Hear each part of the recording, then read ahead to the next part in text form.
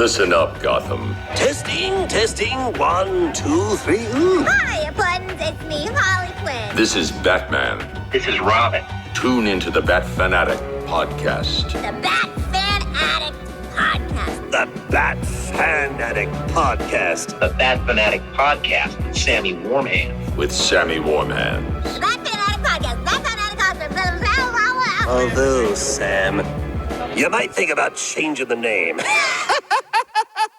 Hey everybody, it's the Dark Knight of Rap, Sammy Warm Hands, and this is the Bat Fanatic Podcast.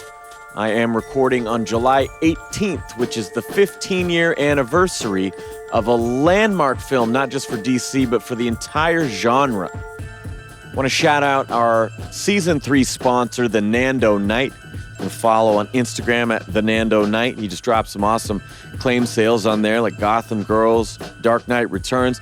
And you can also follow on Shortboxed at TNK Comics.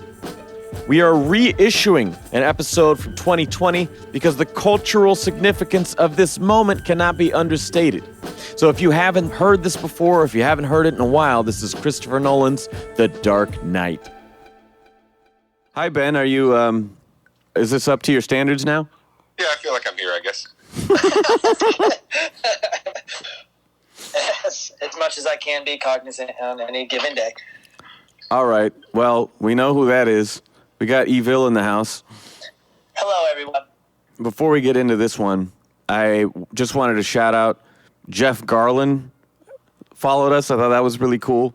I don't know if he listens to the show or if he just likes the pictures I post or something, but that's cool. He's just a Sammy Warm Hands fan. He just likes your hair. Curb Your Enthusiasm, Goldberg's Jeff Garland. Yeah. Like, huge fan of Curb. It's like the funniest show fucking ever made. So that made my day. And then Jim Ballant, the Catwoman artist, was commenting on pictures of the newly rearranged wall here of autographs and memorabilia. And I was like, oh, yeah, I forget that this dude follows us, too. Like, that's so cool, man. So just wanted to shout out those guys who have been following for a long time. Climbing the ranks, boys. We'll be celebrities in no time. Soon our 500 followers will be 600 followers. Yeah. Making the butts, shaking the hands, not kissing babies. Using the bucks, washing your hands. Yeah, also not shaking hands either, so just making the bucks. Oh, man.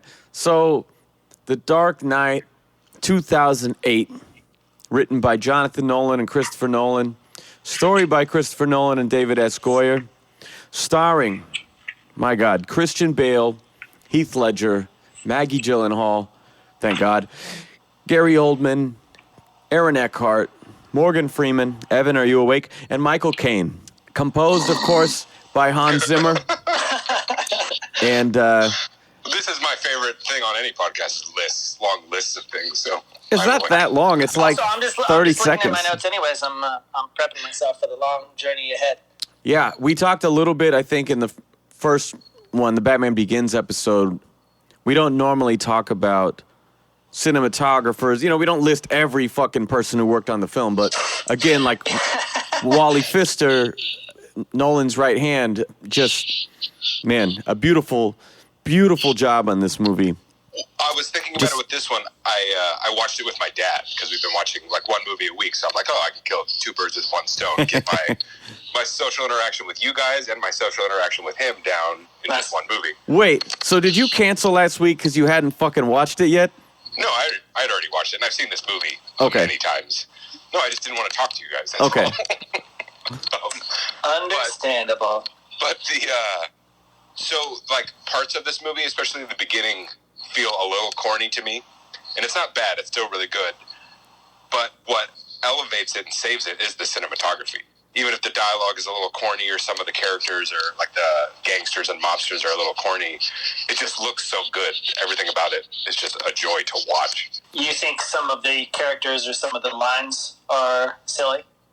Yeah, I mean that's like one of my central points about this movie. So I'll hold back a little bit and we'll weave it in. But and it's not something I felt the first couple of times I watched it, but this time definitely.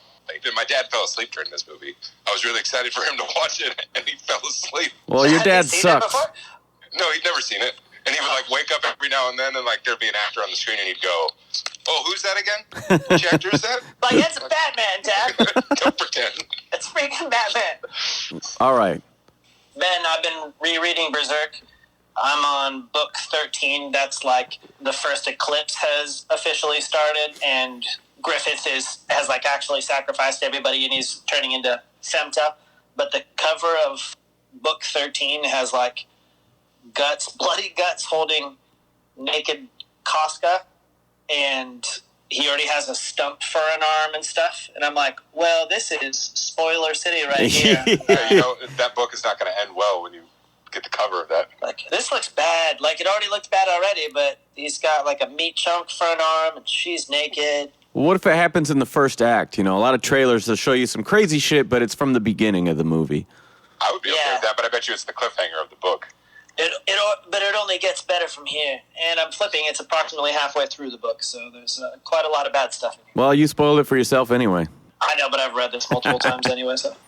Man, you Welcome know when... to the Berserk Fan Addict Podcast. Hey! Only Berserk, all the time. All monsters, all dicks. I don't talk. Yeah. You know when you just have... When you know something isn't going to be very good, and then... Like this episode? No, it is going to be good. We're just working at the kinks.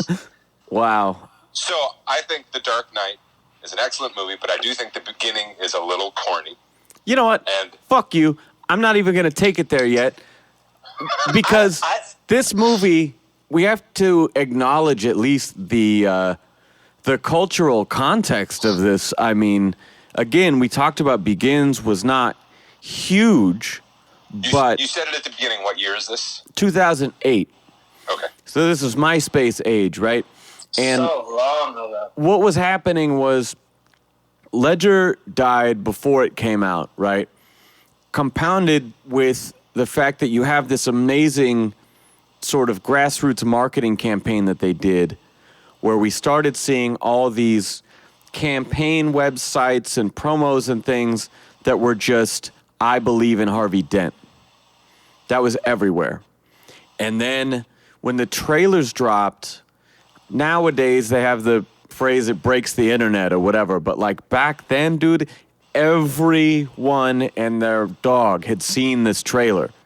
Everyone was talking about The Dark Knight. Everyone wanted to see what Joker was going to look like. How bad Heath Ledger was going to ruin it because he's just the total wrong casting choice.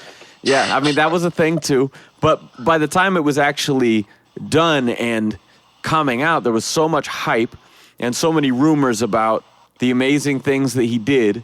And then because of all the I believe in Harvey Dent, and we're seeing Aaron Eckhart in the trailers, everyone wants to see what Two-Face looks like. There was so much secrecy about that. No one knew what Two-Face looked like going into it. We get that little shot of like him on the floor with the gasoline, but they never showed it.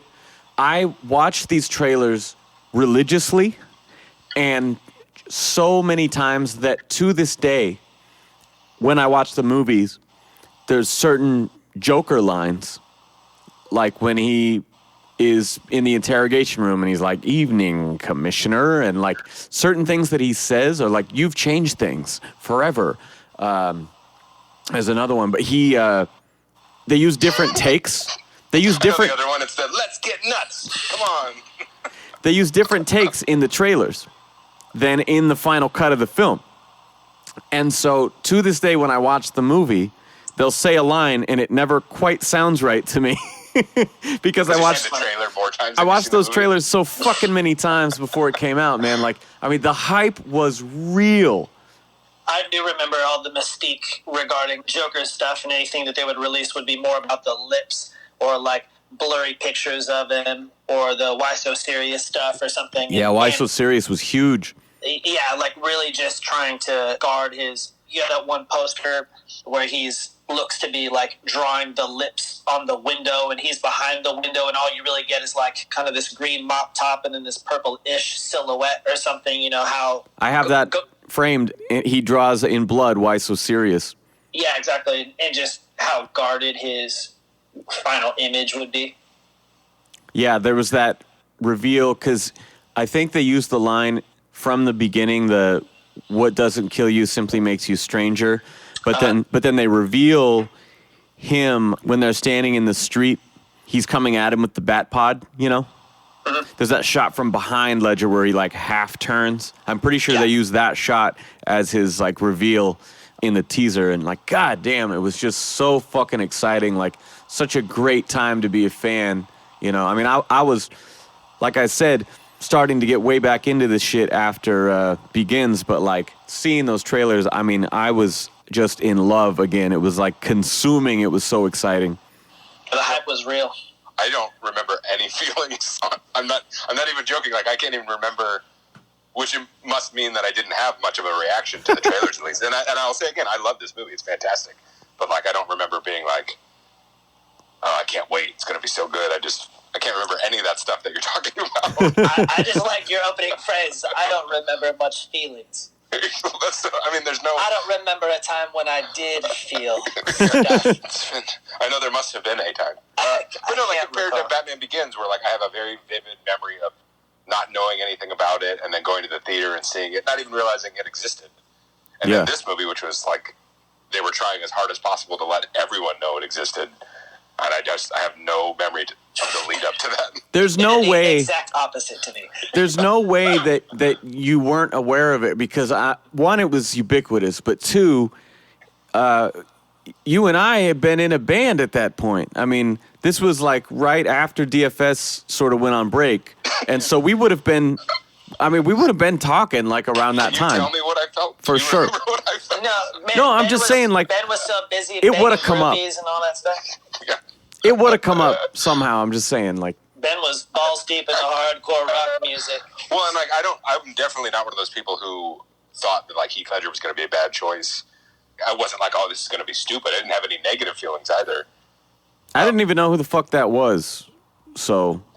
Who had those feelings? No, I mean Heath Ledger. Like, I hadn't seen Brokeback. You know, I saw fucking 10 Things I Hate About You. Yeah, when it came out, which was so much earlier that I was like, oh yeah, I sort of maybe kind of remember that. I don't know who that guy is. You know, so like I had no judgments like I did with Pattinson or anything. And part of the reason on the last episode I said that I like this movie so much and both sequels, just rewatching them, is because it just starts with no bullshit. You know, it's just shit happening right out the gate. You know, it's got that great ability that a sequel has where we've given you a lot of the backstory. We gave you the cliffhanger even. And so we're just going to dump you right into the action. And so, I mean, from the opening shots, it's just, you got the exciting music. It's got the total Michael Mann Heat vibes. And we're right into the heist, you know. But in that heist, that's the first, like, taste of the corniness. And again, the corniness, I think, ends up working in the movie's favor later. But I'll get to that later. But all of the thugs and the henchmen in the heist all have really, to me, obvious and bad ADR. It's like some guy's doing a New York accent over the top. Hey, man, whoever planned this heist, and it's definitely not the actor wearing the mask. It's not any of those actors. And it's so jarring to me. It's not quite this bad, but it reminds me of, like, when I think a movie thinks the audience is dumb, so they have to add a bunch of voices over the top later to, like, tell you everything that's happening in case you're too dumb to realize it.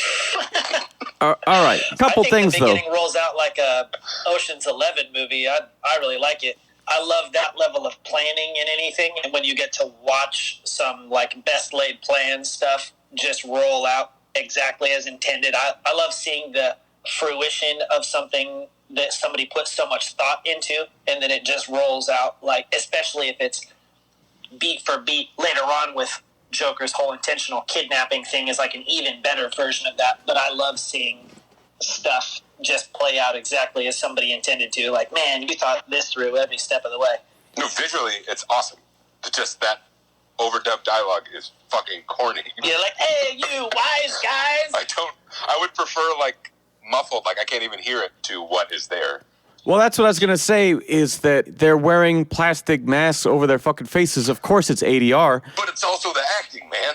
Oh, who is this Joker guy? What's he going to do? Oh, I heard the butt, like that. Just, it's bad compared to the rest of the acting in the movie.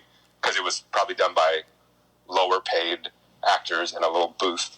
far away. I've literally never had an issue with it. It never crossed my mind at all. Like, in fact, it keeps me up at night.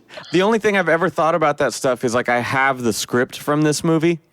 And, you know, it's interesting when you read it, kind of like I said about the trailers, how slightly different the final dialogue is throughout the movie. So, I mean, I've thought about it in those terms, but I've never had an issue with the actual delivery of it. I actually think that those lines in the beginning are quite smart.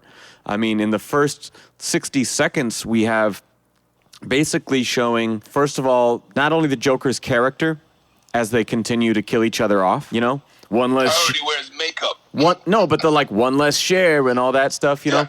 But when they're on the roof and they're cutting the alarm, he's like, "That's weird. It dialed to a private number. Should have dialed 911." He's like, "Is there a problem?" You know, and you might not think much of it at the time, but again, he's setting up that this is the mob bank.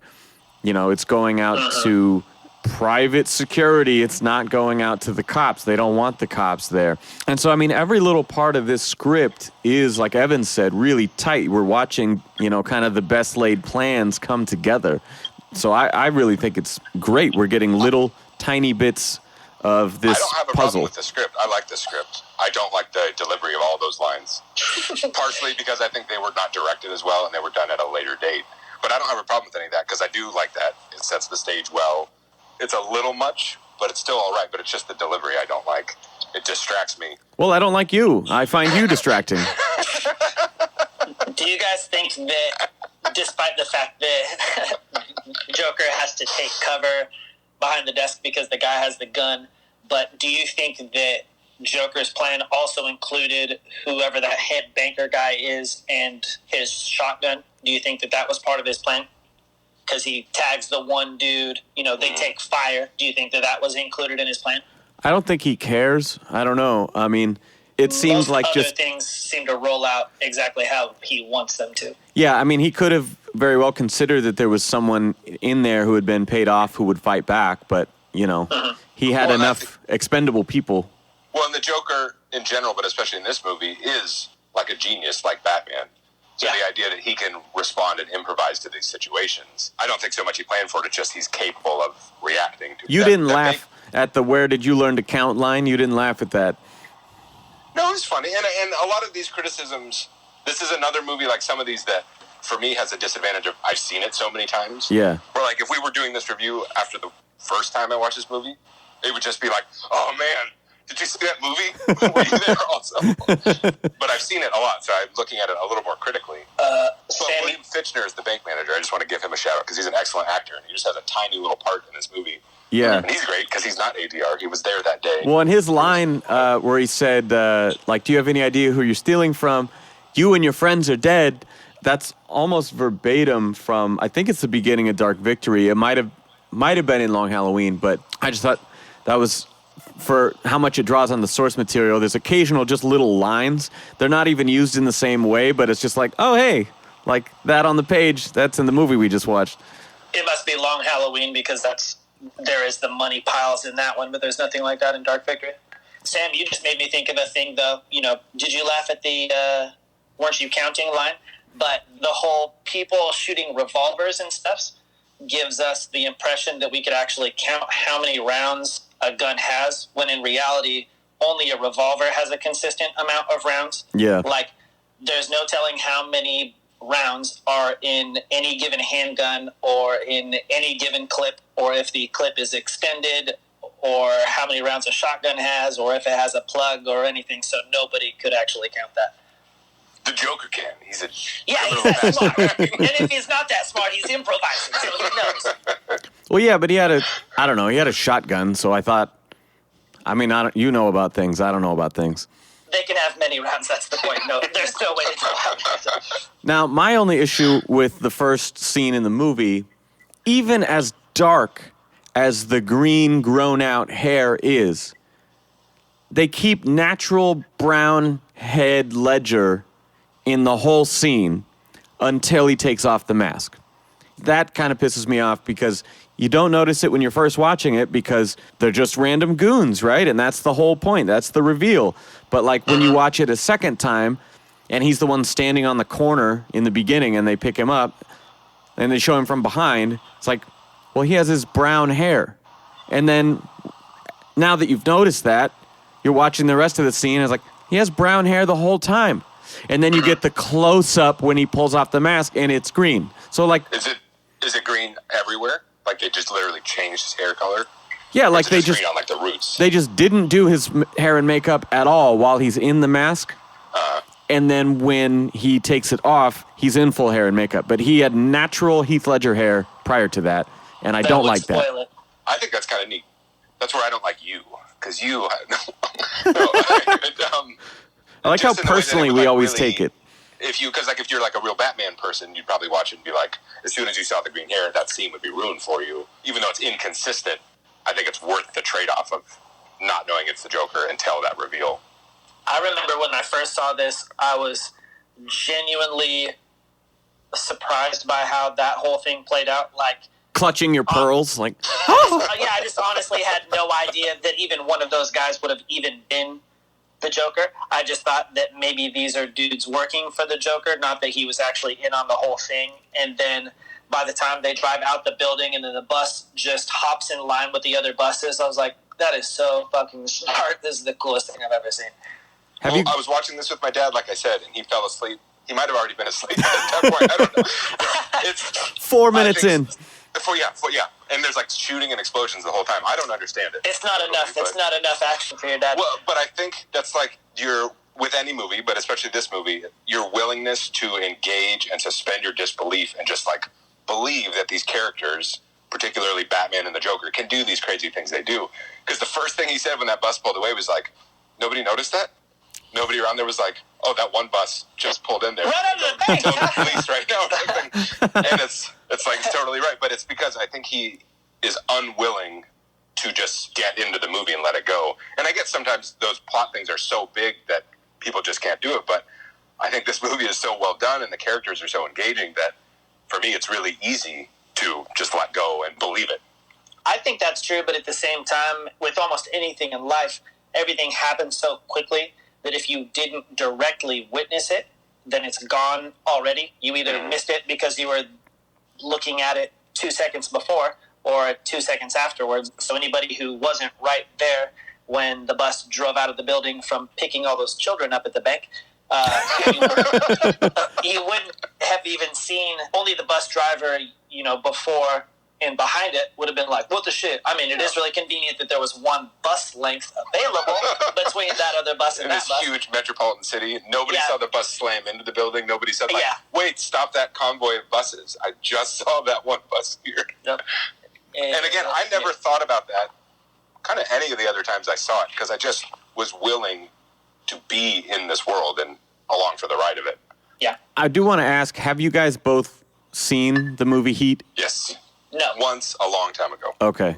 Because this also came out at a time when I was really kind of first exposed to a lot of gangster movies and stuff. And so I was really, really into Pacino and De Niro at the time. And Heat was one of my favorites that I watched a lot. And the way that this movie tipped its hat to that was just insane. But again, they're taking this huge climax of that movie and making it a short little set piece to kick off this movie. And so where so much of that one was the getaway and all the complications that happen, that wasn't the point of this scene at all. And in terms of setting up the story, we don't need to see the getaway, really. So they just give you that quick overhead shot, and that's it. Yeah, it sets the tone of this movie right away of, like, you get an idea of what you're in for the rest of it. Exactly. In a good way. They also set up the humor really quickly, because right after that, there's a short scene of Gordon at the bat signal with Ramirez.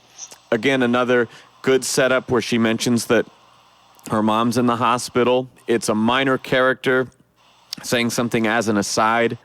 So again, first time you're not putting any value on that line. But again, in rewatched, it's like everything is set up, everything's tied in.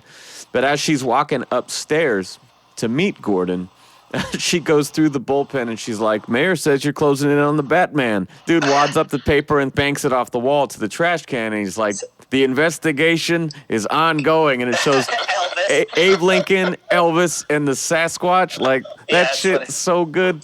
That's the scene with Gordon in the bat signal, right? Yeah, well, she's on her way up to him, yeah. I was thinking that was funny for the first time. They're talking about it, and Gordon says something about, even if he's busy, I just want to remind people that he's out there. Yeah. But then I was thinking that the signal that you're using is the same signal that you use to call Batman. What? And so you're like, I'm just going to go up there for my Monday afternoon reminder that Batman exists in the city. But then what if it turns out that Batman wasn't busy? And then it shows up and he's, oh, my bad, man. I just assumed that you had, like, no, man, I just suited up and came all the way out here. He was busy. He's like, Gordon, what is it? I was just chasing a murder victim, but this must be really important, right? Yeah, I assumed it was a big deal. Well, I mean, it was a big deal. He needed to tell him about the heist. But it sounds like he does that regularly. Batman can't always be busy. A phone. It's an unspoken thing. Smash baiting, James, come on. No, he doesn't have a red phone, okay? This is an unspoken thing that he's like, look, I'm going to put this up there if I need to touch base with you, but if you can't come, it just reminds motherfuckers like, oh, shit, he's going to be coming soon. I'm out of here. I'm going home. It's the same as the bus to me. It's just so much of the stuff in this movie, plot-wise or little element-wise, doesn't work or doesn't make sense, but it doesn't matter because it's executed so well. It's like a theme park ride or something where you're like pointing out like, oh, I wasn't really going to die when we went over that edge, or you have to let go and just be on board. I'm fully on board. Yeah, I'm fully on board too. I think this movie is great, but all of a sudden I was just thinking about things differently, and I was like, that doesn't make a ton of sense to me, James. Then we get this awesome, again, just action. The Scarecrow scene.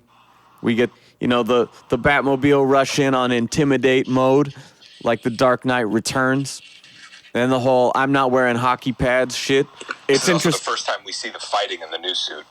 Well, no, he's still in the old suit. I feel like this is the first time we've ever seen in these movies Batman fight in a shot where we get to see him do it. Yeah. He starts by bending the fucking dude's rifle. Yeah. And also the crazy thing too, I don't know how you watch this, but with my eyeballs. I watched this. I had Evan draw every scine for me as he watched it, and then he showed me the tape. Oh, okay. I actually narrated it. That was kind of why his dad was so bored. They're just storyboards. But I watched it on HBO Max, so it was just coming through my TV speakers. But for years and years and years, I watched it on DVD through my big stereo speakers. And the effects in this movie are so fucking loud. Like every punch is like a grenade going off in Apocalypse Now. Or, it's just boom, boom. It's fucking crazy. Like when you're in the theater or when you're watching it cranked up. But like if I'm trying to watch it and Ange is asleep in the next room, I got to turn it down so low I can't hear the fucking dialogue. This movie does have a bad balance because in trying to keep my dad awake, but not anger my neighbors, I would be like, turn it up really, really loud for any time they talked, and then knowing that an explosion or a punch was about to happen, turn it down really, really low. Yeah. It's just unbalanced. And I don't know if it's because it's like Christopher Nolan thing where it's like, this is designed for you to be in a place to watch movies. Well, it's made for IMAX. This movie is made for IMAX. It was one of the first ones that was actually shot in a lot of the action pieces shot on IMAX film for that purpose. And so it's supposed to be a big over-the-top movie, but like that's the first scene where we start to really get a taste of that shit, where he's kicking goons' asses. We see the fear toxin used, but without the point of view perspective for pretty much the first time. So we kind of see like, all right, Scarecrow's minor. He's already tied up in the beginning. Not my diagnosis, and just brush him to the side. But it's still cool to have him as a little bit of continuity, Yeah, it carries over to the next thing. Him timing his jump down the spiraling portion of the parking garage is a very Batman maneuver, and dude, I like that a lot. And it's funny because like that's one of the things Ben's talking about that like is totally nonsense, but is so fucking cool. So good. Well, not so much that, like that could totally happen, but the fact that the van would just like perfectly roll to a stop That's yeah. I mean, but what if at any point along the way the guy's like, "Oh, piece of candy," and breaks even for 2 seconds. And Wait, I'm going to go out the other exit. I'm going to turn around and go back. Oh shit. I mean, I just thought that shot was awesome. It was obviously, that was a shot for the fucking trailer. It's just super Batman. super cool. But yeah, again, like, that should have like careened off the fucking path and crashed into the wall or some shit. Yeah. We introduce Alfred by stitching up Bruce's injuries from, it was a big dog, but that whole shit where he's like, I learned from my mistakes, okay, and he's like, you ought to be pretty knowledgeable by now. Sick burn, Alfred. I love it, man. Michael Caine is just on fire in this movie. And that felt like the nod to Alex Ross, the iconic shot of Batman's back all scarred and fucked up, of him putting on his shirt there, because you just see him, he's totally fucked up. Dude, I have to actually mention this because 3 Jokers came out this week. I don't know if you guys are familiar or interested in this at all. I read at the end of another story where he was like, there's 3 Jokers, and there was like a tag for this story, but I never read the story. Yeah, Mostly I just don't know what you're talking about. It probably would be.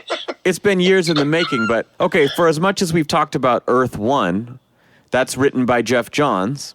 Yes. Okay, so Jeff Johns wrote this 3-part Black Label series called 3 Jokers. Yes. Part 1 just came out. Artwork with Jason Fabok and Brad Anderson. I think Brad Anderson did the colors in Earth 1 as well. Cool. But it's fucking stunningly beautiful. Some of the best art I've ever seen. And in the beginning of it, it opens with Bruce like crashing the Batmobile trying to get inside the house all bloody and fucked up. And Alfred stitching him up. And there's this amazing thing that they do that is sort of a nod to that Alex Ross thing where they show his scarred up back, right? But then they do a close-up panel of a scar and a flashback panel beside it to show Penguin stabbing him there. And then another scar close-up, and then another flashback close-up panel of Catwoman slashing across his chest. And they go through all of these different scars and show how they were done. They show Bane breaking his back again. They do all these amazing fucking retellings in just That sounds rad. one Yeah, that's frame. cool. Oh my God, it's one of the coolest things I've ever seen. It's just so Batman, 3 Jokers available now. By the time this airs, the second one will probably be out. This is one Joker, first Joker. It's very mysterious. You don't exactly know what the fuck's going on yet. I like that, though. I meant to say in the last one, as just a triple arcing pro to all of this, is that I really like Michael Caine in this stuff a lot. Yeah. And this is probably my 3rd favorite role of his, the first being Austin Powers' dad? Muppet Christmas Carol being number 1, second one being Austin Powers, and the third one being this Batman trilogy. Wow, that hierarchy is very unique to you. It describes you as a person so well, though. It does. Like Yeah. you could just introduce yourself that way if you want. For now. Hi, I'm Evan, and Michael Caine's 3 best movies are Muppet Christmas Carol, Austin Powers, and the Batman trilogy. I understand you so well. Yeah, I really think he's right. This is my personal trifecta projected through some other person's fictional roles. That is a very revealing opinion, man. One of the things this movie does well is, if you're familiar with the source material, they give it to you. Hard. But Give it to you hard. yeah, they really just thrust it in. Hard. Dry. Non-stop pounding experience. just pummeling. But yeah, I mean, like, The Long Halloween has penetrated this whole story. But I felt warmed up. but they give you a big fake out. And so we have Maroni's trial, and Dent is there, and we've seen a little clip of this from the trailer, and we're like, oh shit, they're gonna actually do it, because last time we saw Harvey Dent, or first time we saw Harvey Dent was Billy D. Williams, and Billy D. never got turned, and so it's like, now we're seeing it, we're doing all this, I believe in Harvey Dent, holy shit, they're doing the Maroni trial, this is actually gonna happen, he's gonna get the acid splash, and so permission to treat the witness as hostile? I'll show you hostile. Reach into the jacket, and everyone in the theater is collectively like, and pulls a gun, and the gun is jammed. And it was just such a fucking great, like, nope, we're going to make you wait. I loved it. I fucking loved it. As you were describing that, though, for whatever reason, all I can picture in my head is Christian Bale in full Batman outfit, like, getting ready to jump over like the benches. Like Val Kilmer? Oh, wait. Oh, never mind. Okay, we're good. Oh, it's just a gun. I thought the same thing. Yeah, man, I fucking love that scene. Because again, like right around this time, I had just read Long Halloween and was like, oh my God, this is what they're basing it off of? Like, fuck yeah. I'm just on the edge of my seat when that shit happens. And to this day, every time I watch it, I find it satisfying the way that they give you that suspense that is so easily diffused. It makes him look like a badass too. Yeah. Because it's easy to think that law is boring and the practice of law must be boring and the courtroom isn't like a particularly exciting place or something. But this is a movie and it's a superhero story. But that just makes him look like he's not just a dude tackling some stuff. He's down to be active. This dude could defend himself. He's a man of action. Disassemble a gun in an instant.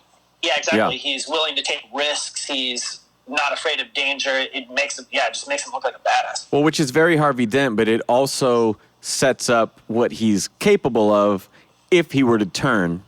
Yeah.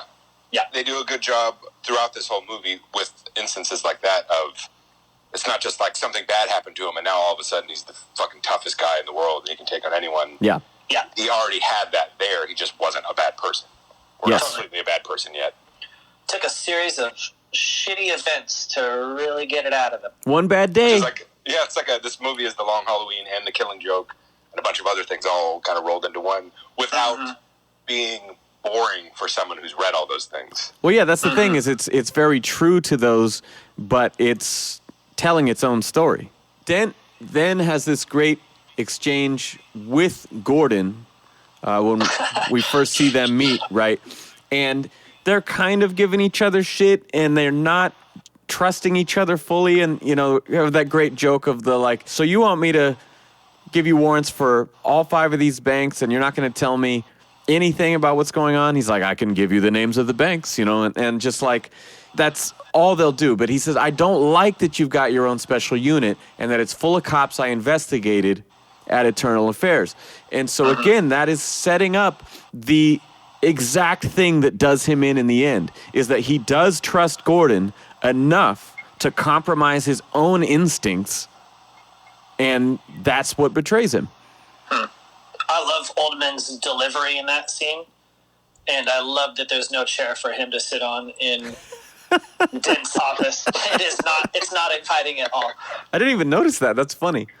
Yeah, his office looks like a person who's just steeped in cases. Yeah. You know, like if you There's work everywhere. exactly if somebody else who was a really established lawyer had their own firm or whatever it was, instead it would be a cleaner office, and it would certainly look like they were doing work, but then there would be placards on the wall and degrees and things like that. But his is just full of file boxes. Like he is actively nuts deep in 24 cases or something like that.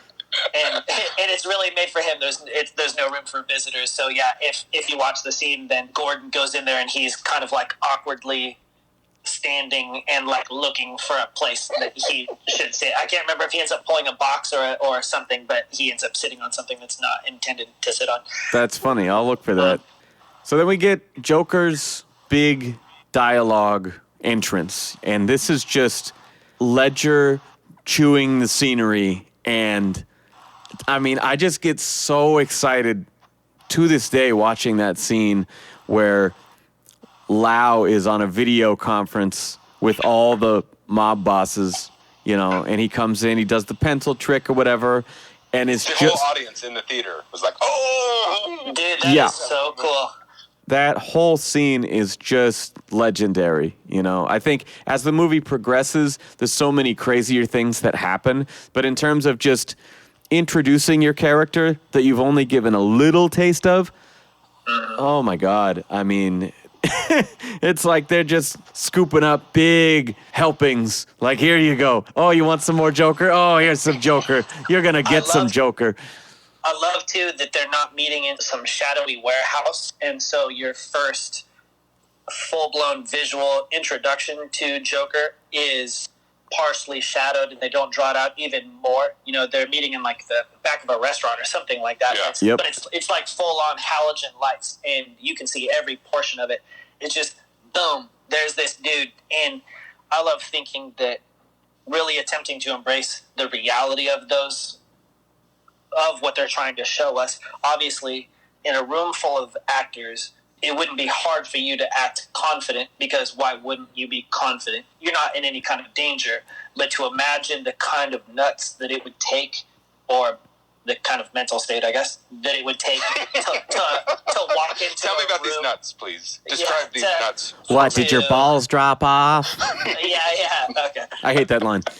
Yeah, not nuts, confidence. That it would take to walk in to that room of dudes and not only just not be sketched out, but actually to call the shots every step of the way. Yeah, they're Take not used control. to being spoken to like that. No one steps Yeah. to them like that. Exactly. And the fact that he just pulls up, sits down, and just like, oh, you ought to know, you bought it, you know, and just like Yeah. rubbing it in their fucking faces and like, sure. what are you going to do about it? I have all your money. And the way that he pretends to forget Gamble's name, you know, the little, Gamble's grandmother won't be able to get it, you know, whatever. And just like, just the whole like way he plays that scene is so fucking brilliant. And not just because he's fucking dead, I'm saying, like, it just is an exciting scene to watch. It's super cool. There's no question why he gets an Oscar for playing a comic book character when you see shit like this. I mean, when they're like, see, a guy like me, and they're like, a freak. And the way he kind of like has a little twitch, a tick, and he's like, I'm not.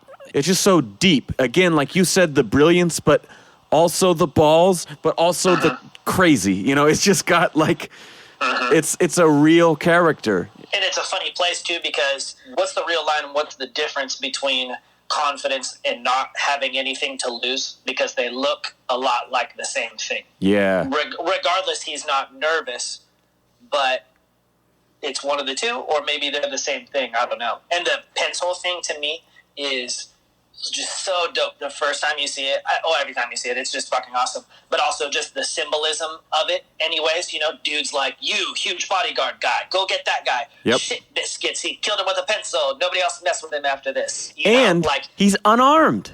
Yeah, he instantly, aside from all those grenades. Well, yeah, but you don't know that. He gives them all a moment to pause to reassess what they were about to do. Yeah, he walks into that room and takes down the bodyguard of the top mob boss with two hands and a pencil, right? Yeah. Okay. So, like we've talked about before, I don't like Joker being like a big buff fighting guy who could take on Batman. And That's the only Joker I like. And we've seen that he shut up. We've seen that he can't do that, or that's not his forte. But we do see that he's fucking dangerous, and I like that. Extremely fast. Yes. He's wicked. He's wicked with a number 2 lead pencil. Don't fuck with that guy.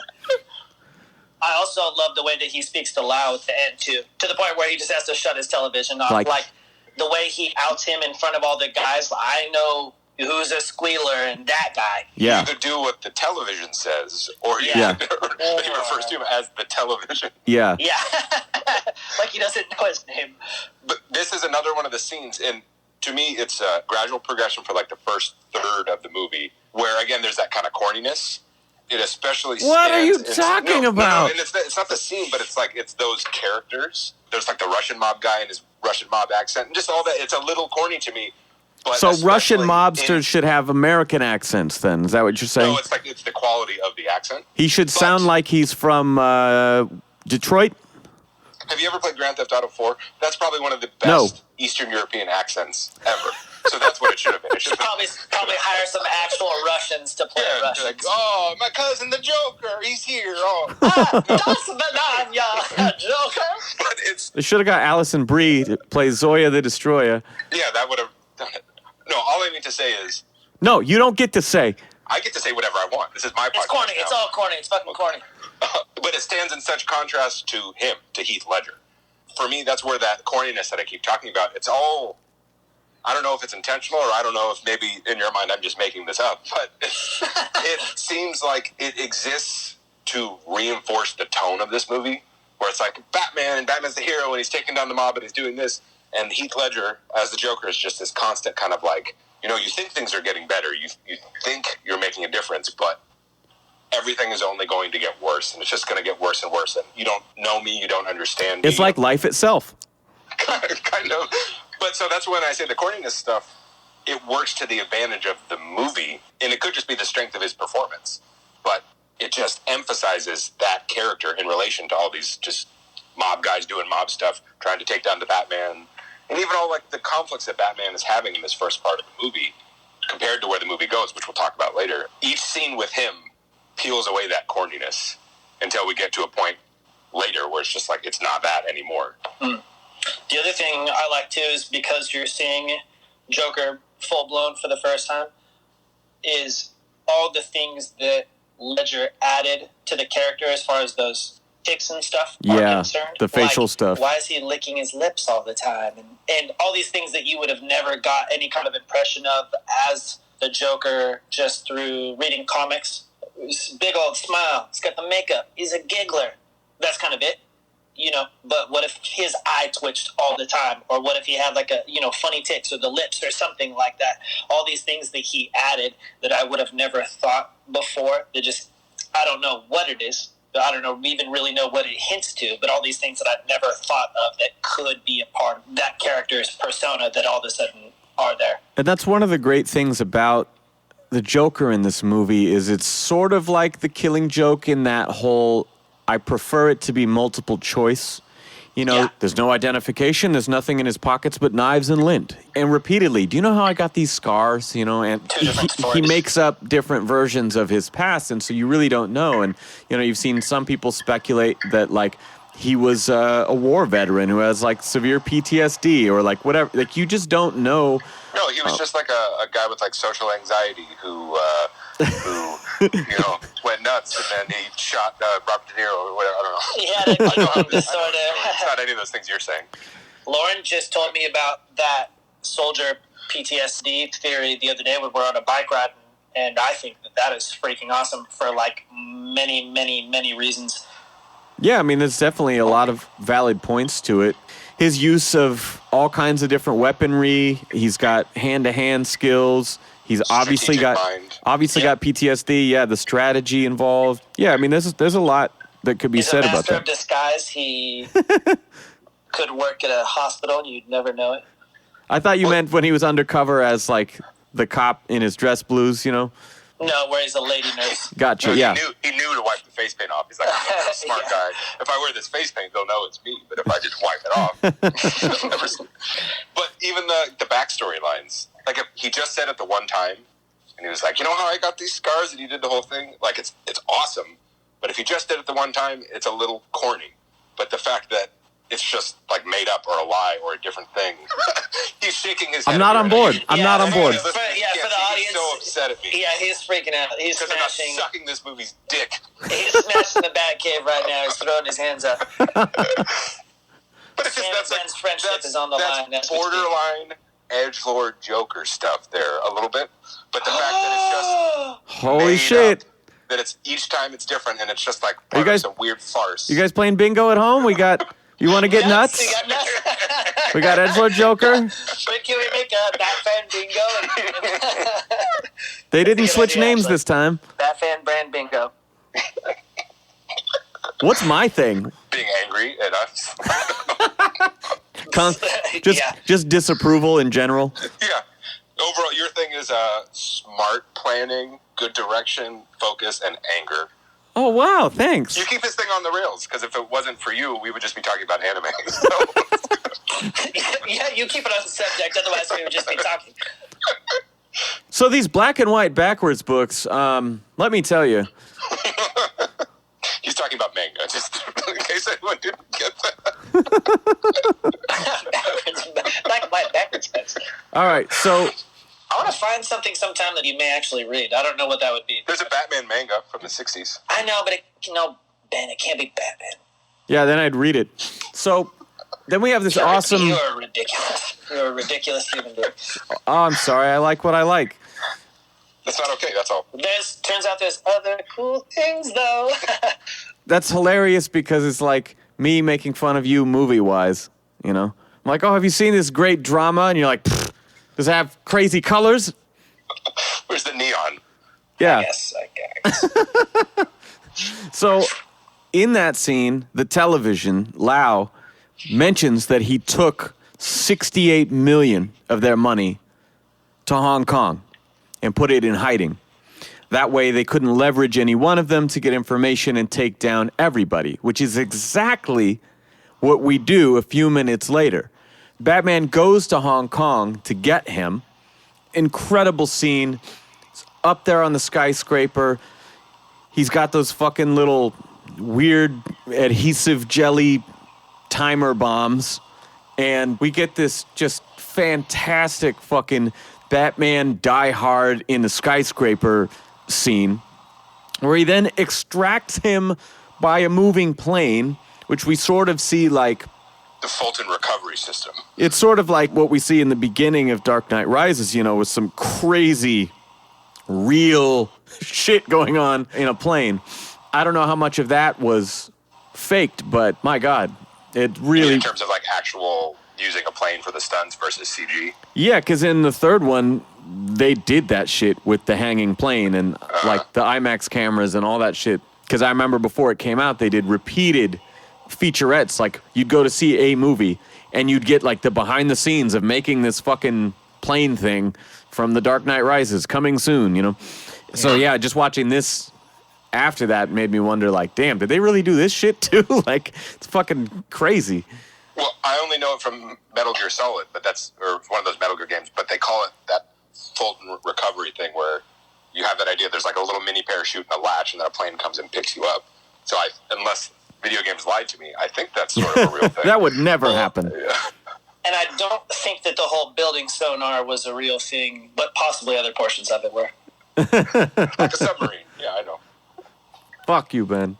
That technology doesn't exist. I will say with the criticism, because I say like this Batman is not smart enough, but I forgot, I've made that criticism before, and I realized that I was wrong before also, and then I guess I forgot that I was wrong. Because he totally, to jump ahead, it's just small, he knows that stuff, he figures it out. Yeah, I mean, the more that you backpedal and agree with me, the happier I'll be. So take your time. Only on that one line in this corny, stupid movie. Yeah, you want to know what I think is corny? Yeah. I only watch movies about wars and real history documentaries. Let me tell you, I also fucking don't like those Metallica guys either, okay? You know, just start coming for everything you like. Alfred seems to be so bummed that he's left on the boat with, like, all the ballerinas and stuff. Oh, I love that He shit. seems so ticked off. I'm like, what's the big deal, dude? What are you talking about? He's kidding. He's like, you could tell the Russians to apply their own bloody suntan lotion, you know? I Then took he's like, it literally, yeah. roll over, come on, let's do it. Yeah, okay, well, that makes I- more he sense. might- I took it literally. It's a little Might just be creepy, gay. actually. Like, this has no interest to me. Like, I would rather stitch my millionaire roommate's back than apply some lotion on these hot Russian babes. That's another scene that my dad woke up in. Yeah? Where he woke up when they're all on the boat. Wow, that's the life I'd like to live. Went back to sleep. This is like James Bond. Yeah, that's why I thought he'd like this movie, because so much of this movie is a James Bond movie.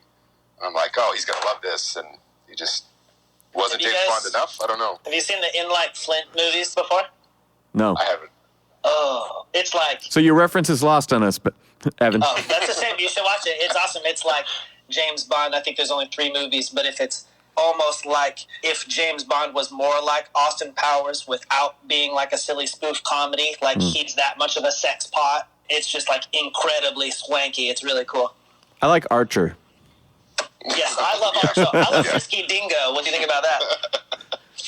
Oh, I almost forgot that in the middle of this whole Lau leaving and Batman going to get him, that we have this scene with Dent and Gordon on the roof with the bat signal, and Batman shows up, and it's very Tim Sale, that whole scene. Yeah. And like him disappearing and like, oh, he does that. And like that's just straight from the books. For sure. We've also had at this point having a dinner with Bruce, the ballerina. It's Yeah. It's prior to that. Yeah, that's right in there too. Yeah, that's just a really nice scene because that's the first little hint you get of Bruce Wayne being like, oh, maybe I don't have to be Batman anymore. And the only good version of that in any of these movies, because it's not like, that lady's hot. This crime fighting stuff is stupid. I don't want to do this anymore. It's like an actual, like, someone else can do this job better than I can, and I don't have to do it anymore. Although the love part is still mixed in there, because later there's that whole, like, don't make me your one hope for a normal life. Yeah, but that relationship was built on, and it's developed throughout these movies, and, like, it's not just, like, new pretty lady. Yeah. I like that you brought that up, though, because... I like you. Yeah, I like you in general. Thanks. More than Evan. And I just... This week, one of my friends posted on Facebook, she shared this link, spitting some hot take on Batman. Like, Batman really... and it's just like some... person who thought fun of me calling this movie corny. No, they were. That is what you sound like. That's a pretty good Ben impression. Yeah, no, but it was just like that's just how I read it. It's just like so snarky and just like so pompous. Oh well. What was their conclusion? What would Batman really do? It was a very current leftist systemic issues kind of talking about a person with his wealth and resources and like, but he's out there beating up poor people and blah blah blah. And if he was really trying to turn things around, then he would look at, and I'm like, bitch, name one Batman story that isn't about police corruption or that isn't about, and one thing that I pointed out, because a lot of his feedback seemed to be based on seeing these movies only, was like the whole point of The Dark Knight is that, I have inspired people. Now I have a real shot at making systemic, lasting change with Harvey Dent and James Gordon, who are going to actually fix their little corner of this system. And I can retire and not do this shit. Because they were talking about him on some like Dirty Harry shit. Like, well, his only power really is that he can be worse than the police with no consequences. And I'm like, you fucking are missing the whole shit here, because he doesn't want to be doing this. And he's finding channels that can actually address these issues long term. And that's why the Joker says, you don't think I'd risk a fight for Gotham's soul in a fist fight with you? And he takes out Harvey. That's the key. He is the White Knight in this story. Repeatedly over the head they beat you with this idea, so shut up. Yeah, well, and also just fundamentally, I mean, one of the whole benefits of having Batman be a millionaire and then now a billionaire is that he gets to be doing all those things. Like, I'm sure he's donating to like 1 million charities and starting funds, and he's working within the channels and all this stuff. But the idea is that the things he's trying to confront, the challenges he's trying to confront, won't be solved that way because they're so ingrained and they are so powerful that they can't just be fought that way. Yeah. It takes him using extrajudicial violence. And obviously that's, again, like I said before, where like every person loves superheroes because they can just paste whatever their thing is on them and go like, yeah, a guy who breaks the rules, but for the right reasons, the reasons I like. Yeah. But that is the fun of it. It's fantasy. And I just don't jive. That's a stupid thing to say. I don't go along with it. I don't shiv. I don't shiv, man. I just don't. That argument doesn't work because he does all that stuff too. That's why the character is great, because he does everything that you wish a billionaire did, and then more. He goes out and physically fights the poor people who actually are evil and terrible, in addition to the rich people who are evil and terrible. Yeah, he doesn't kill any of them except for Harvey Dent in this movie. My inclination was to say, fucking read White Knight, okay? Like, that talks all about the negative side of the shit that he's done and what his war on crime really costs and what it actually fixes, right? But I thought, no, because the actually biggest, most ubiquitous thing that everyone knows is this movie, and it's all right there. It's just all there. Just think about it differently. Or just, listen to the words. Like a Vulcan mind meld with him. Are you familiar with the Vulcan mind meld from the Star Trek series and films where you can just exchange your mind with someone else's temporarily? Or the Dark Crystal, where the Gelflings do the same thing. Yeah, did you bring either of those? It's called like dream sharing or something. Or Or you could just actually listen to the words the characters say, and then you'll know what's happening. You got to go with the mind meld, man. That's the only way.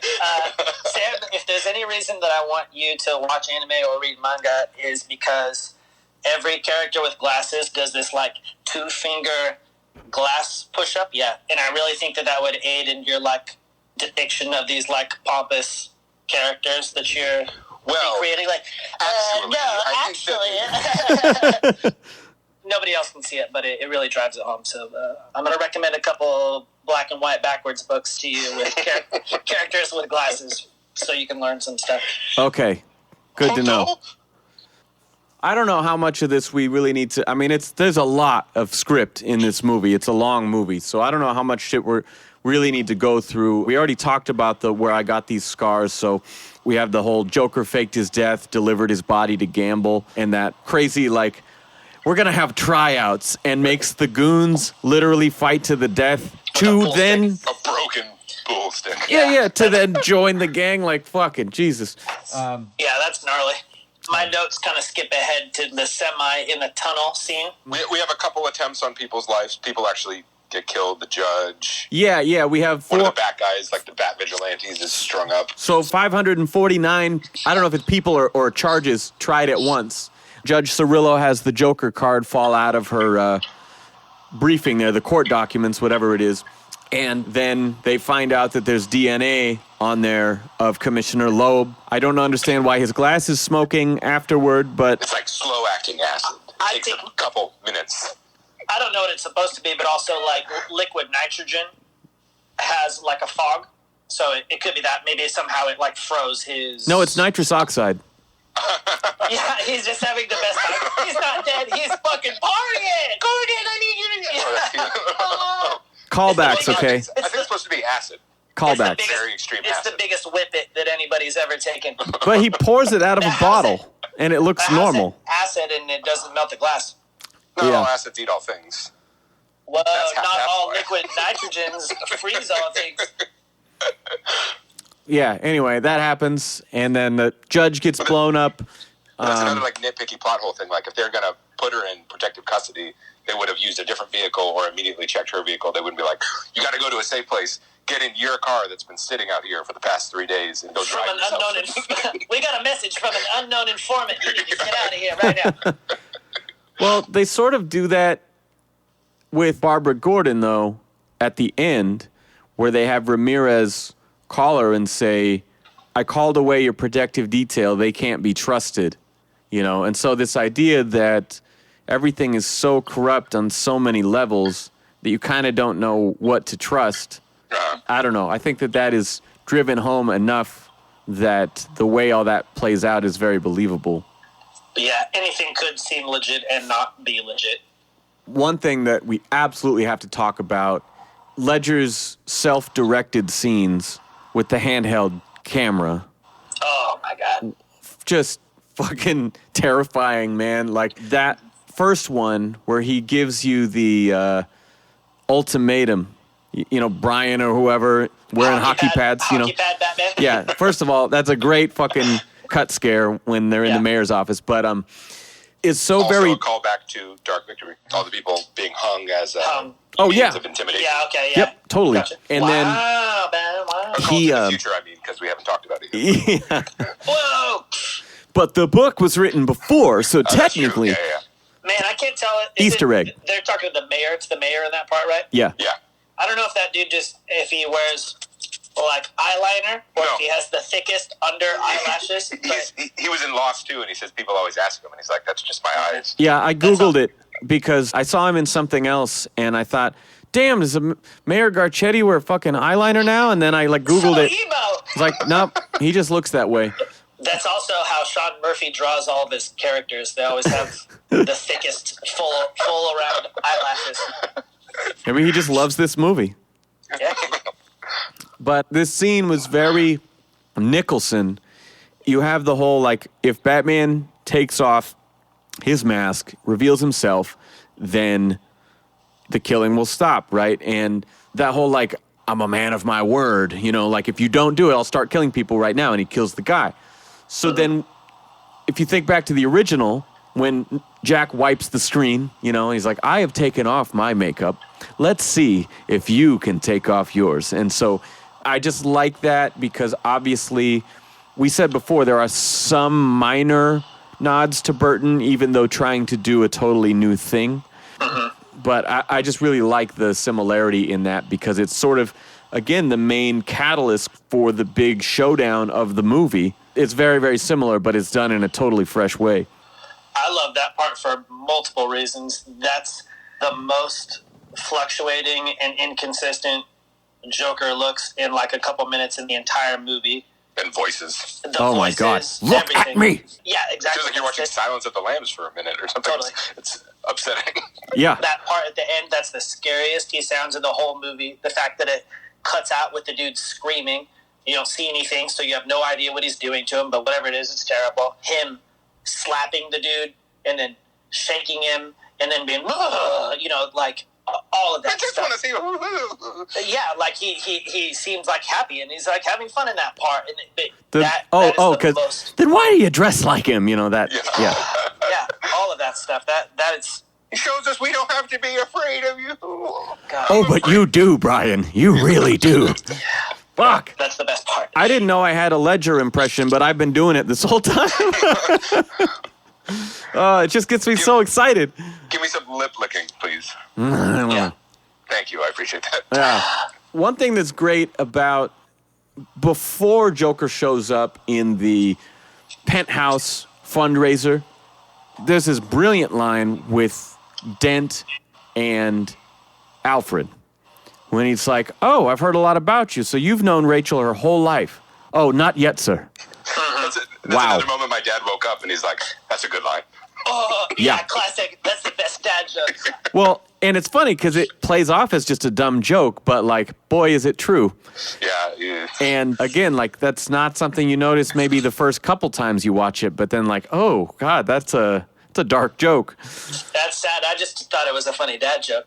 Yeah, it's supposed to be, but wow. He has known her whole life. And then the other thing that's great is Bruce in plain clothes walking down the hall. There's oh, he's got a safe room. And then, oh, fucking rich guys. But that scene is hilarious. but someone comes up to him with a shotgun, one of the Joker goons. He's like, hands up, pretty boy. And it's just bam, bam, gun in pieces as he's walking by. He doesn't even stop walking to take out this goon.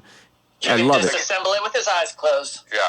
Again, the out-of-costume martial arts in all three of these films completely makes up for anything wrong with the in-costume stuff. Yeah. You believe that guy could do that stuff. So You believe effortless. Christian Bale could do that. Oh, yeah.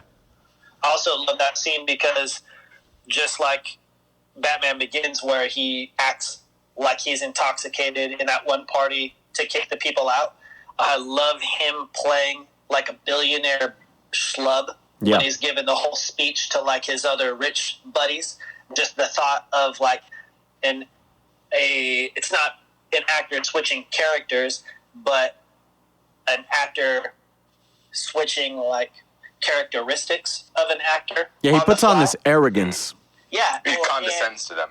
yeah, exactly. His version of that high society person and what that sounds like is cool, and also just the fact that it's not even him as Bruce Wayne. That's what he has to pull out to blend with these people. It's freaking cool. Well, and Rachel even addresses that too. They might not know you well enough to know when you're making fun of him, but I do. And he's I do. none of this matters. Yeah. Don't listen I to me. just want to quit this and be with you, Rachel. I'm fucking Batman. This is all weird for me. Harvey Dent's cool. I like him. He's a good guy. I want him to be the boss. Now, this has been years since I heard this, read this. I don't remember if it was a behind-the-scenes video or what, but I remember Michael Caine saying that he was... Tangerine. There's only two types of people in the world that I hate. Those that are intolerant of other people's cultures and the Dutch. Yes. But I just remember hearing him say that it was his first scene with Ledger. It might have been his only scene with Ledger, I'm not sure. And that when he came off the elevator, he was actually so shocked that he forgot his lines. Michael Caine forgot his lines when faced with the Guy's been Joker. acting for the last 80 years. Yeah, for the first time. Cool. And I just thought that was so great. You know, we've seen Bruce is already being proactive, knowing something's going to go down. But there's no suit-up montage. There's none of this. There's just this really intense scene by a brilliant Maggie Gyllenhaal right up in his face. And then it's on. Again, sequel shit. No pretense. We've seen it happen, and now it's just bam, right into it. I fucking love it. The moment when Rachel and Harvey are talking in the hallway, and then Bruce just like runs up behind him and chokes him out and pulls away. That's another one where my dad was awake for that, and he's like, "Oh, does she know he's Batman?" Like, yeah, because that scene would play differently if she didn't know he was That's Batman. true. That's true. Runs Those up guys and were chokes him. friends. Yeah, I'm confused. I don't get it. Oh, I man. think that part is funny because the bar on the door only keeps Harvey where he is. But if Joker and the goons actually did take everything over and they were looking for Harvey, the room with the bar on the door would be a pretty obvious place to start. That's true. That's true. Because from the outside it does nothing. You just remove the bar and you open the door. Yeah. No, he put a bar on the other side too as he left. He like, Oh. Like, I got it. Hey, Harvey, I'm trapping you in here. And also, trap yourself from your side. Hey, could you put Bruce, is that you? the broom handle on your side too? I love not knowing the kind of nuances that may exist in script, either verbally or in action.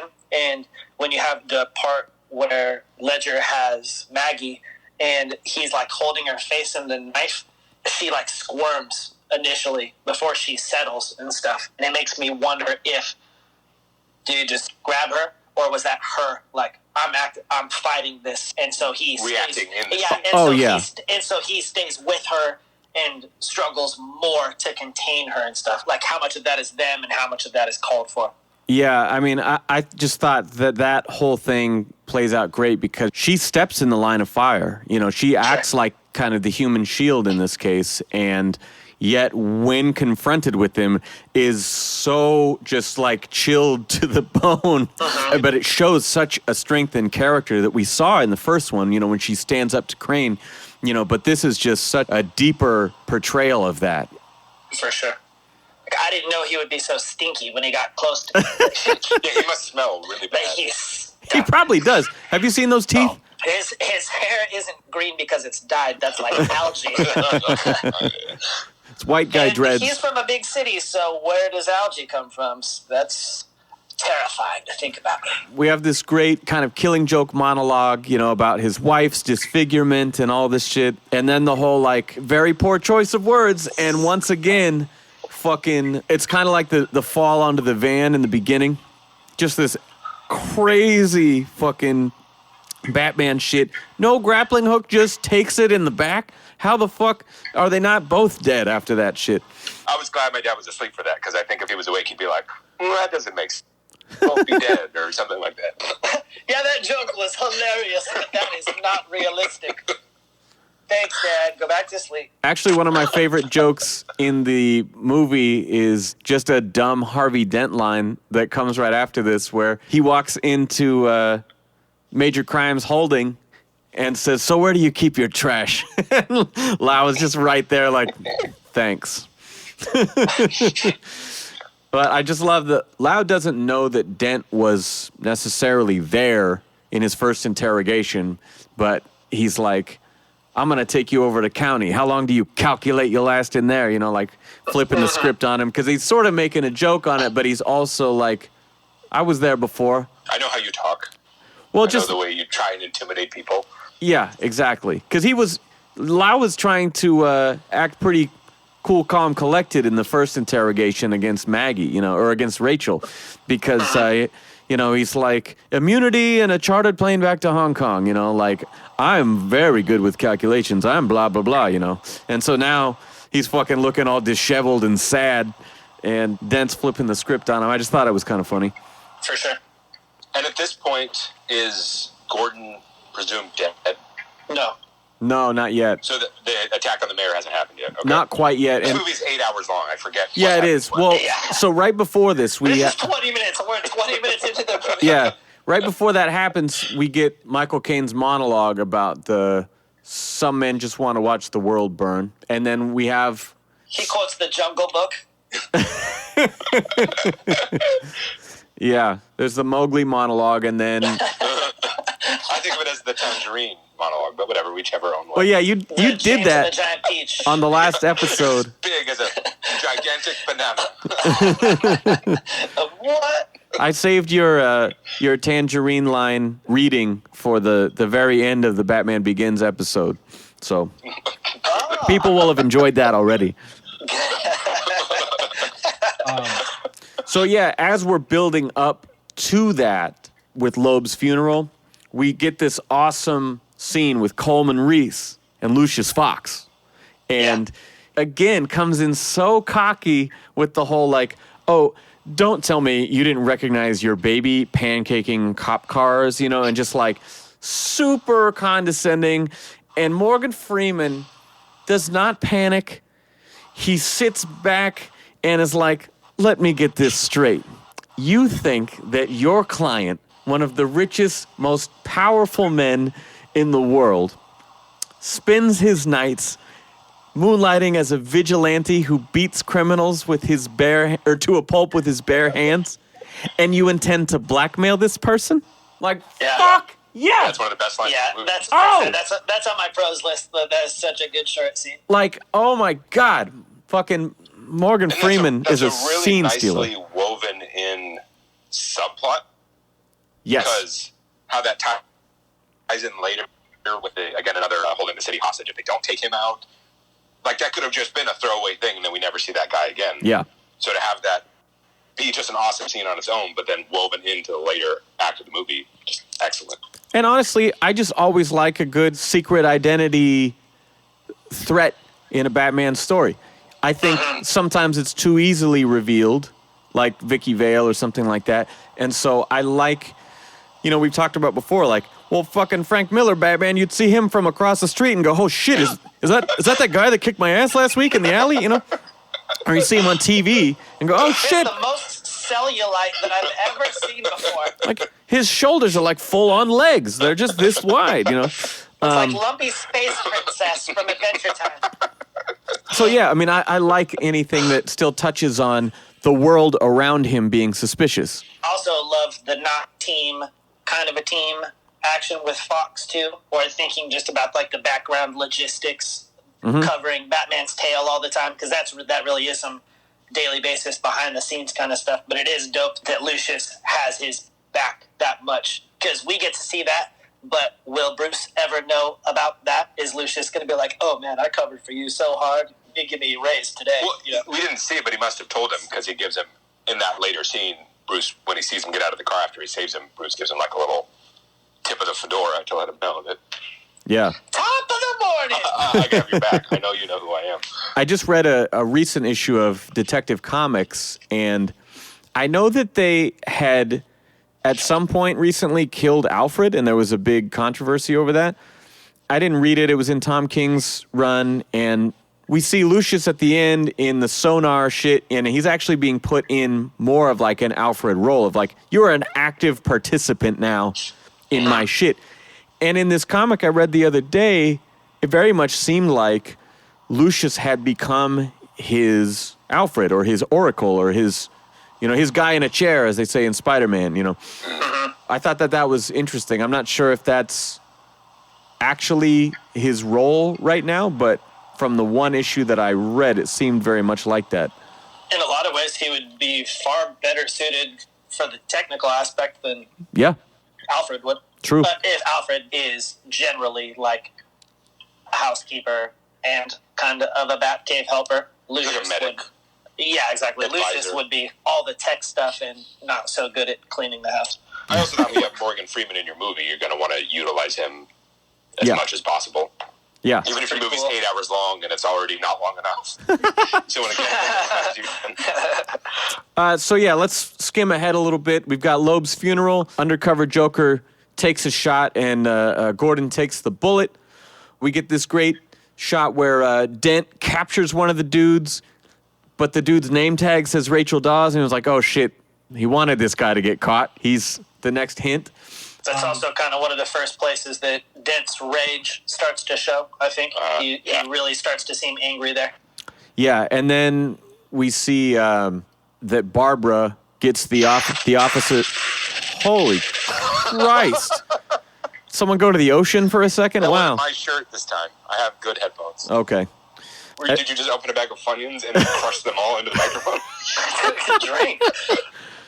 So yeah, after that we get that scene where Barbara gets the two officers at her door and gives her the bad news. And at this point you're like, yeah, they're going to get a divorce. That's about the worst thing you could ever do to a spouse. It's like Ashton Kutcher. It's like some punked action. Just kidding, I got you, man. Look right over there. Yeah, that's a camera. That's a camera. And then this fucking great scene where, again, Gordon is quote-unquote dead, and so all the rest of the cops in the bullpen are standing around the bat signal. And they're like, he's not going to come talk to us. Then we get this, God help whoever he does want to talk to. And maybe my favorite in the trilogy of him in costume beating motherfuckers up is on the catwalk in the club that Maroney's at. Got the fucking like techno and the lasers and all the shit in the background, and yet you can still hear those punches over the music. Like, That's good mixing right there. but he looks so fucking pissed off. That's just why I love it. That made me think of the Matrix movies for the first time. Maybe think of Collateral. Is that a good Tom one? Cruise. Is that a movie that you just made up? That you? No, it's another Michael Mann movie. Jamie Foxx, right?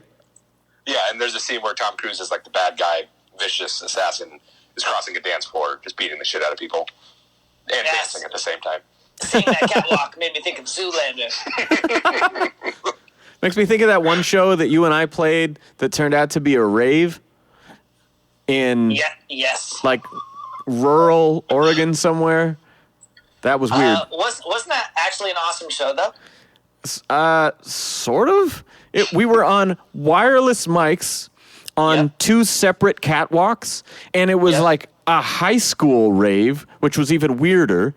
And the catwalks were so full of people that you and I could not even see each other while we were performing the songs. It was so fucking surreal. I just remember leaving immediately afterward.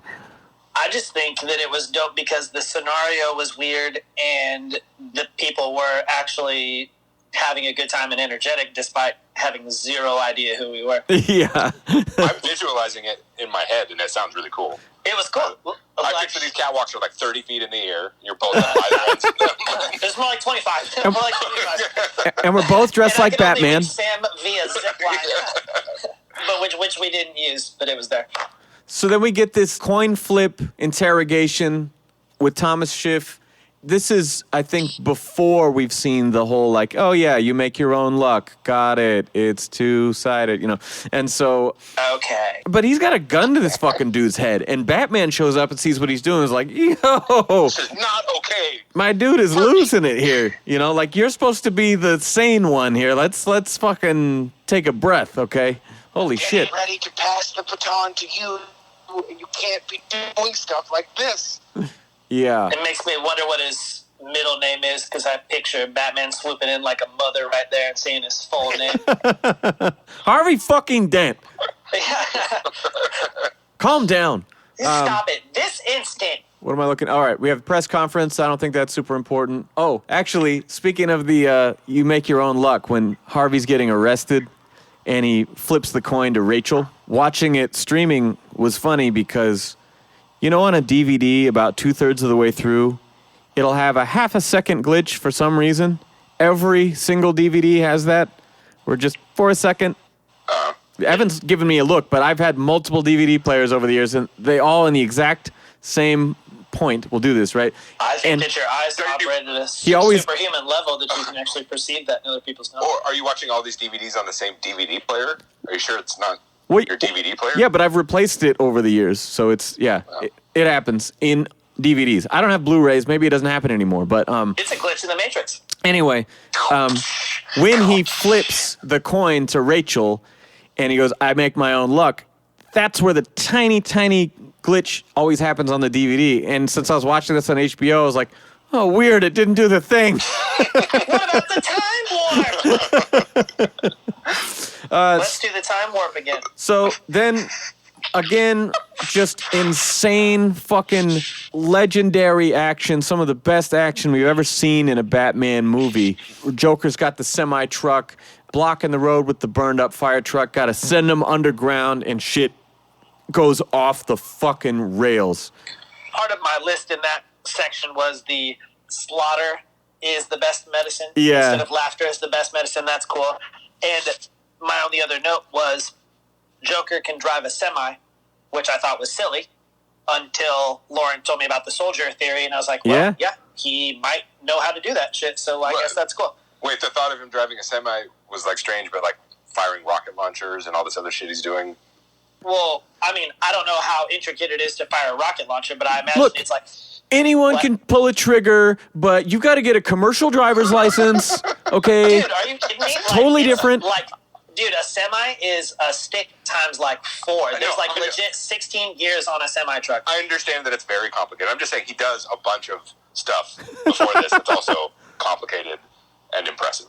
Yeah, okay. That seems like pretty niche and pretty fucking hard. And also, before that, it wasn't... Pause this movie. He just got in that semi, and he drove it like it was nothing. Hold on. Well, it just takes me out of the movie.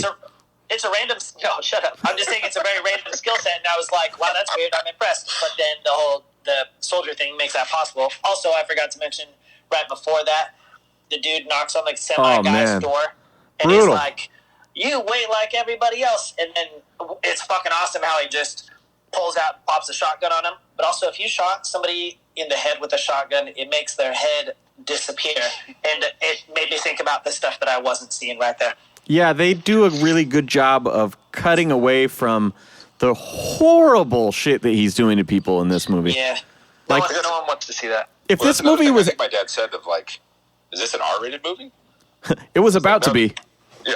There's no sex, and they cut away from the violence. This movie was about to be like first RoboCop level violent, and they made some very strategic cuts. I want to see that. Man, the first time I don't know that I really watched RoboCop until I was an adult, and when he gets shot up, I was like, this is a lot. Yes. This is a lot. Yeah. Yeah, they don't make them like they used to. Yes, man, that dude got... Wow. One of my favorite lines in this scene is when... That was a lot. I need to turn this off. Yeah, they like wasted their budget. Like the quality went down because they wasted their budget in like fake blood splatter stuff. Oh, quality's got to go down from there. We had all these special effects meaty appendage stubs. Yeah. One of my favorite lines in this scene is just when Joker is driving. You know, it's just fucking explosions and crazy shit going on, and he's just like, I like this job. I like it. I like it. I took that literally like the semi-truck stuff. Like he just loves driving the semi and he loves being on the road. I'm glad I was in the military and I went to semi-driving school. I learned all these skills. The Bat Pod makes its appearance in this scene after the tumbler gets shot with the rocket launcher, and it's sort of like the scene in Begins where the Batmobile flies by and is knocking mirrors off the cars while the kids are like in the backseat of this car, and it's like, holy shit, whoa. But like the way that it comes out and self-destructs with people on the street there, it just is so cool. And again, we sort of touched on this, but like as it turns corners and the fucking wheel rolls the opposite direction, and it's just like so fucking clever. And the way that he puts that suspension cable zigzags underneath the semi and the light poles, and that in real life, this is just some Nolan shit, actually flipped that semi on its back is fucking incredible. And then rides up the wall and fucking spin. Actually, that's one of the things I don't like about this scene is that... I don't like that. Oh, I love the ride up the wall and spin. I don't like that. Because it shows how agile that fucking Batpod is. I love it. But we see him decide not to run over the Joker and crash himself by slide. Like, we just saw you do some insane superhero shit, and now you are going to slightly not hit this man who's, 2.5 feet wide, and now you're going to crash? Couldn't you just hit the brakes or go gone further to the right or done I any number thought of that things. you guys must have a different version than I did, because I could have swore he ran over like a Mario Kart banana peel, and that's what threw him off the tracks. You know, it's the color grading. You can't see the yellow very well. Yeah, man, they were so dark with these movies. I remember Batman used to be bright. It wasn't so depressing. It was fun. Yeah, man. Back when Those were the days, man. Separate drinking fountains. West, man. Back when I was a kid, it's Adam West, there was banana peels all over the place. Yeah, we really need to make Batman great again. Oh, bringing it back around. You're always waiting to get your... Yeah. I can't even say it. Yeah, politics. Always bringing your politics into the comic book, Sam. Oh, yeah. When was Batman ever not great, you know? Actually, tell me when he was great. You know? I don't like your implication here. That scene where Batman is bearing down on Joker in the motorcycle. Hit me! Hit me! I could be wrong. Yeah, that seems like the first time in the movie where he's really got the idea that, like, this guy isn't going to cross these lines.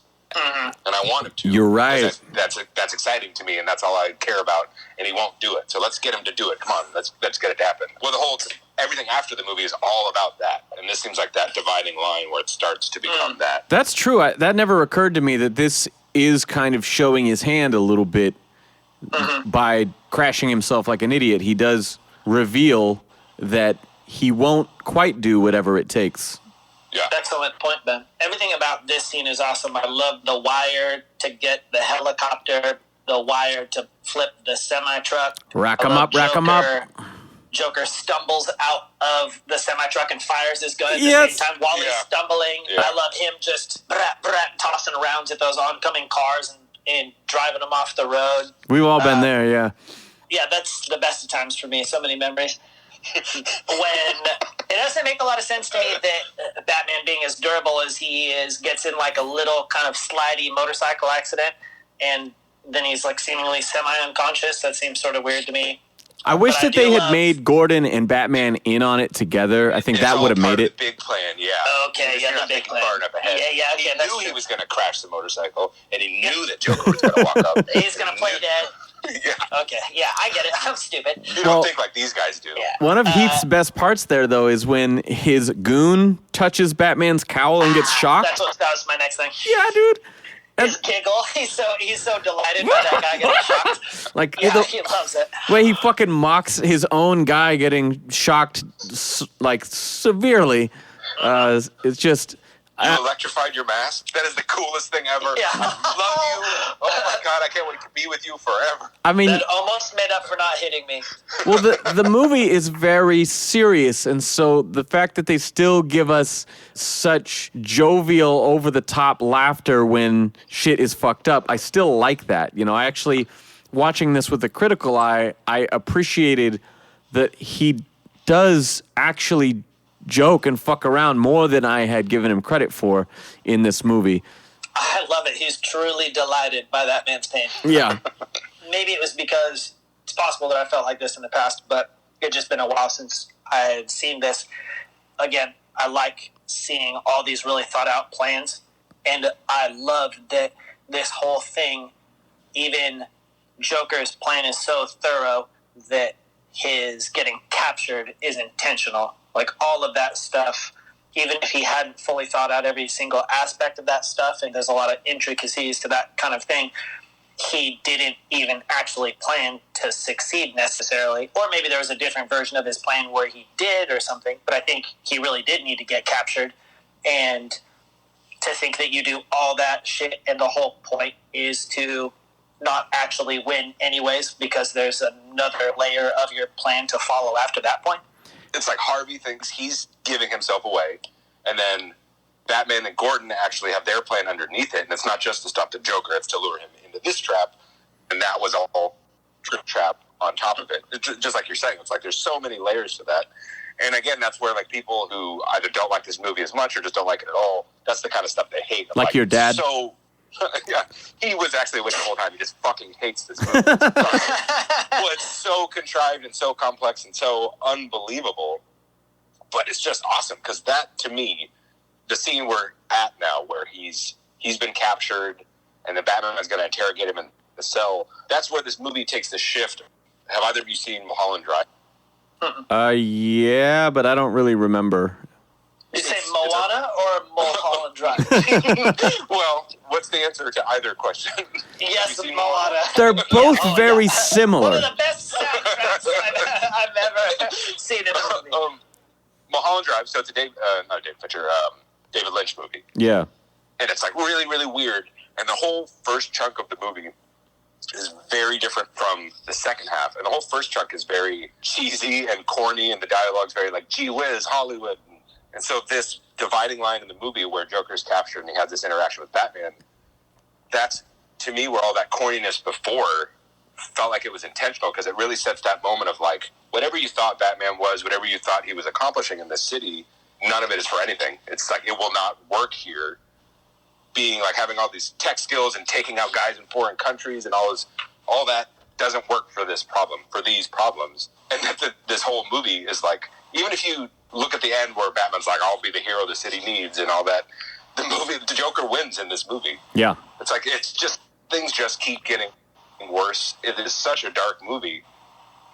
And that's why when I say that corniness, like I love it, because that's the turning point. Heath Ledger's acting in that interrogation scene is just like the tipping point of this movie, where it's bleak. It's so bleak. And all that like mob nonsense before it just pales in comparison to everything after that. Well, yeah, and what happens right after this is that famous interrogation scene. I mean, it's just one of the greatest. In fact, if you come back to Heat, that movie was significant because it was pairing Pacino and De Niro, these two powerhouse actors, legendary for working in the same movie, even Godfather 2, but never on screen together, right? And putting these two people is one of the best scenes ever, in my opinion. Like, Pacino didn't have the evidence. He couldn't take him in, but he knew what was going on. They both knew what was happening. And they have this coffee shop scene where they both sit down and they are saying how this is going to end for one of us, right? And it's just mesmerizing, this scene. And I think Nolan took that idea, and this is not the end of the movie. The Joker's in fucking jail, and Batman's in there with him, and this is not the end of the movie. This is the middle of the movie. Exactly. And you'd feel like it was the end because we're 2 hours in. Or yes. Far in And exactly, like, we're getting this, again, this famous, like, you have rules, you have nothing to do with all your strength. And again, that is the brilliance of this Joker, is that he totally fucking corners him. He totally just disables him. This is easily my favorite scene in this movie.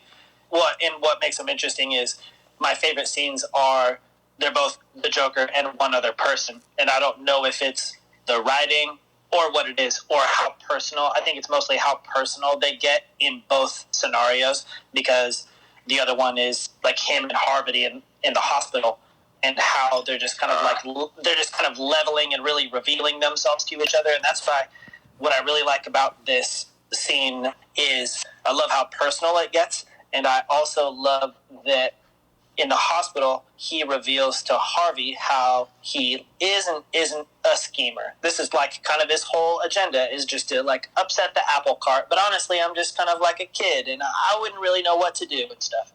But then when he's talking to Batman, it's the same level of like personally forthcoming. It's like this honest. It's incredibly honest, because I couldn't have this kind of conversation with anybody but Batman, because Batman is the only person who would understand the things that I'm saying.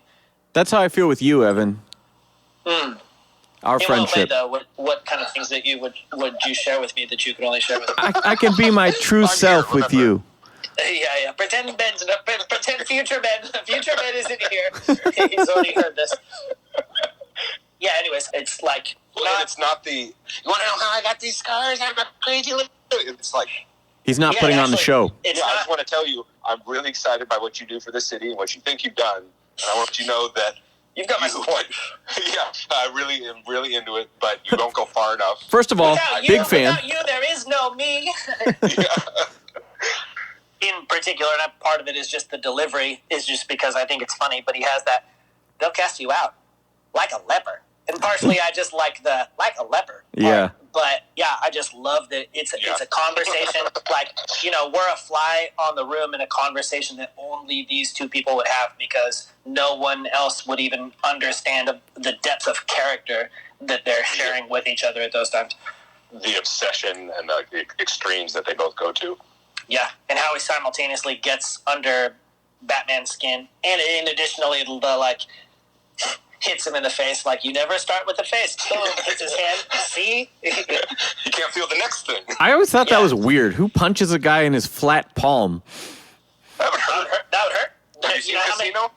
There's so many, there's tons of nerve endings in your hands and feet. Sam, really quick, put your hand on your desk, and I want you to hit it with a hammer. Yeah, go get a sledgehammer and hit it real quick. Okay. Hey, lady, come here a second. Help me out with this experiment.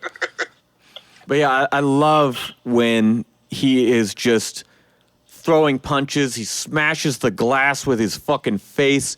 And every time, no matter how hard he hits him, there's so much adrenaline that all he can do is laugh at the situation of like, oh my God, look how desperate he's getting. Look how much I'm getting to him. Like, even when he's feeling the full extent of Batman's strength, he just can't get enough of it, and it's so satisfying. Oh, and he has that, like, you have nothing line.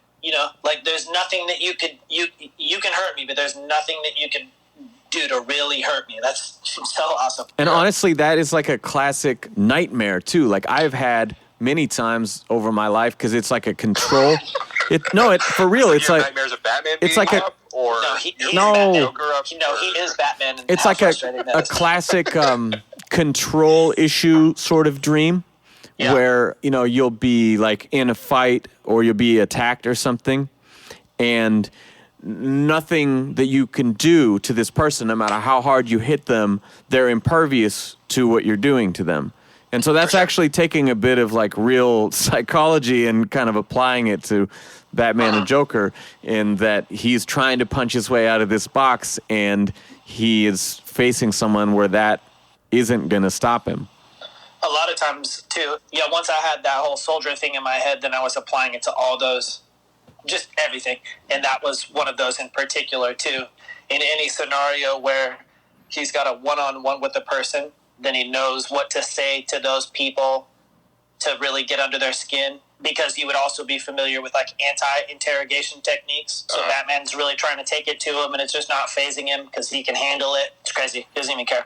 Well, and then right after when that, the other dude comes in, then he's like, let me just flip this around and use this guy to my advantage. I need a phone call. That guy's also an excellent actor. Just a small parts, tiny little parts in this movie, but every scene he's in is great. Yeah, that was fantastic.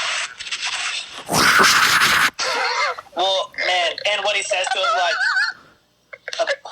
what? You did another crunching the Funyuns bag. It's funny, though, because every time you do it, it always takes like solid 30 seconds for you to realize that it happened. Well, but I don't really know. He can't hear it. I know. That's why it's funny. Well, and I also don't know what I'm doing, because the last time I was taking a drink, and this time I was just... Anytime there's like a big movement. What do you mean you don't know it? The mic is hanging from you, so when things touch the mic, that's when...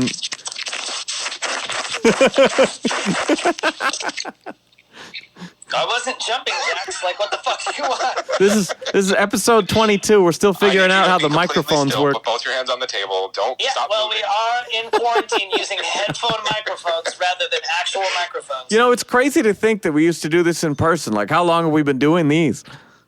I feel like now we would actually 3 years fight ago, each right? other. Just get out of our chairs. No! Like we couldn't record as frequently as we do, because every time the person has to like heal from their last, busted lip or broken, eyeball or something. You were making a point. Yeah, he says the thing about his friends that really gets to him. Like, I know your friends better than you know your friends. Yeah, when people are, what is he? It's like when people are afraid or when they're about to die, they feel who they really are. Yeah, in the end of their life. In their final moments. Yeah. I also love right before that when he's like, how many of your friends have I killed? And the guy's like, and you've killed 6 of my friends. And he just gives that like, it's like when a cat will give you the silent meow. He goes, 6. Like, he doesn't really say the word. They just like, 6. Ooh. Well, and that's another scene, Heath Ledger's delivery of that line. Again, in comparison, and I'm like making fun of it, but I do like the different versions of "Do you want to know how I got the scars?" But to me, "Do you want to know how I got the scars?" Oh, I thought it was corny. It is kind of corny. To me, that's what I think of with like millions of people, you included, who dressed up like him. And like, Fuck why you. so serious? It's all that kind of stuff, which is cool. But this is so much. I just like it more. And part of the reason I like it more is because it exists with that stuff, where it's just a calm, disturbing, and upsetting moment of like, do you want to know which one of them were cowards? Yeah. He's not like doing a wacky voice. He's not doing anything really crazy with his face. It's just like malicious and It's twisted. sinister. I mean, if you think about, sinister. That's perfect. I mean, going back to the semi-truck scene and his whole plan, I mean, think about it. That was actually very out of character for him. Just to like show up guns blazing and do all this. I mean, he's very much a manipulative person who is playing people like a chessboard, you know? And so for him to show up and throw this big diversion, you know, is... Shoot a rocket launcher. Yeah, exactly. He's I mean, less of a rocket launcher, man. it seems so obvious that he's like, oh, I'm going to throw myself out here and just fuck shit up until you arrest me, you know? Granted, they could have easily just shot him in the head, but I mean... You know, it's PG-13, so... No, Joker can move really quick. He knows how to, like, twist out of the way of the bullets. Oh, yeah. Back to the It would have been Matrix. revealed that was a fake Joker who got shot. He was actually controlling with an RC remote or something like that. Well, and then the last thing that he does that is just truly evil in this interrogation scene is he gives the opposite locations for Harvey and Rachel. That's a gut-wrenching scene. I mean, that is because he Oh, knows... yeah, he does do that, huh? Yeah, and he said, you know, I really thought that you were Dent the way you threw yourself after her, you know, and so he knows there's something to that, even though he doesn't know what it is, and so then he gives the opposite directions, knowing that he's going to probably go after Rachel. Everybody, us in the audience, Harvey Dent, Rachel, Batman, everybody knows he's going to save Rachel. Yeah. Like, you know that. And I think maybe it's because of the psych out earlier in the movie where you thought he was going to become Two-Face and he didn't. That you don't know what to expect or where the story's going to go for the Harvey Dent character. And then so just like my stomach drops. Even though I already know what's going to happen when you see there when he's like, they're coming for you. And she's like, I know, Harvey, so I just want you to talk to me. And then when he busts open the door and he's like, what are you doing here? Why are you saving me? And she realizes it. And honestly, that moment of hesitation is kind of what creates Two-Face, because he walks in that door expecting to see her and scoop her up, and Batman stops dead in his fucking tracks. And Dent is like, what? No, not me. Like, why are you here for me? You know, and Batman is... I never noticed that. He's actually stopped moving. Compare that with Bruce in the penthouse when he's walking and disarms this fucking guy and his gun while he's passing by, right? He is shocked. He's shook. He can't move because he's like, wait, what the fuck is going on? And that moment of hesitation could have been the difference between getting Harvey far enough down the street. Yeah. The way his face gets burned is kind of another weird contrived thing. What if he went in a straight line from the door instead of along the parallel of the building?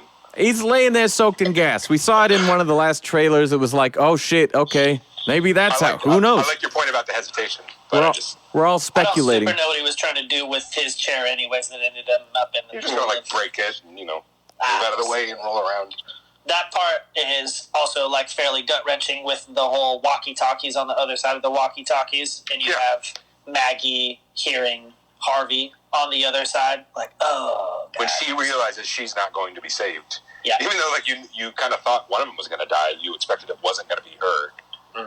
And I love how that scene is executed visually, too, because they give you that quick flash of light and a gust of wind where her hair blows across her face. And again, they're not showing you anything gross, but you just feel the emotional weight of it so much. Yeah, this is the part where the movie, it's like, nothing will ever be good. Yeah. And then also, you know that because she gave that letter to Alfred, you know, she was going to choose Harvey. I mean, he's just lost everything over and over. You know, he returns the burnt up coin to Harvey in the hospital. And that Harvey thinks that means she's alive until he flips it over. He thinks, oh, she visited me while I was unconscious and she brought the coin back. And then, like, no. Whoa. No, that's not what it is. You know I didn't what? think about that. I have never once considered that. Holy That's shit. I felt like he had a moment of hope when he saw the coin. Oh, my God. And then realizing the other side is completely charged, he's like, no. I'm going to watch Yeah, this I whole never thought movie about again tonight just to get that. Yeah. This movie's just full of those, like, you want to feel good? No. No, watch a different movie. Too bad. That's not what this movie is. Yeah, watch Richard Donner Superman, buddy. This is not going to make you feel good. So obviously that is isolated Bruce. Two-Face is born. Joker takes Lau, which, again, is just his brilliant plan to get caught. Because, again, what was his motive in the first place? To take out the mob. And so, oh, Batman brought Lau back for me. Thanks. You know? Like, you can't keep him safe. You know what I mean? Without that line, you can't even protect yourselves. And it's fucking true. And we get this Alfred and Bruce scene where he's so just beside himself. He's holding his cowl there in the penthouse. Alfred grabs that letter like, nah, you're not ready for this shit. But he has this like, you know, Gotham needs its true hero, and that's Harvey. And Alfred's just like, they're going to have to make do with you. I really like that moment, too, of Bruce explaining to Alfred, like, she was going to pick me. And so Harvey can never know. No one can ever tell Harvey. Because that's what informs Alfred to burn the note later. He's like, that's what Bruce thinks a man wants. If a man was going to find out that the woman he loved, who he wanted to be with, was not going to be with him, Yeah. he would not want to know that if he could. Yeah. He tells him what he wants.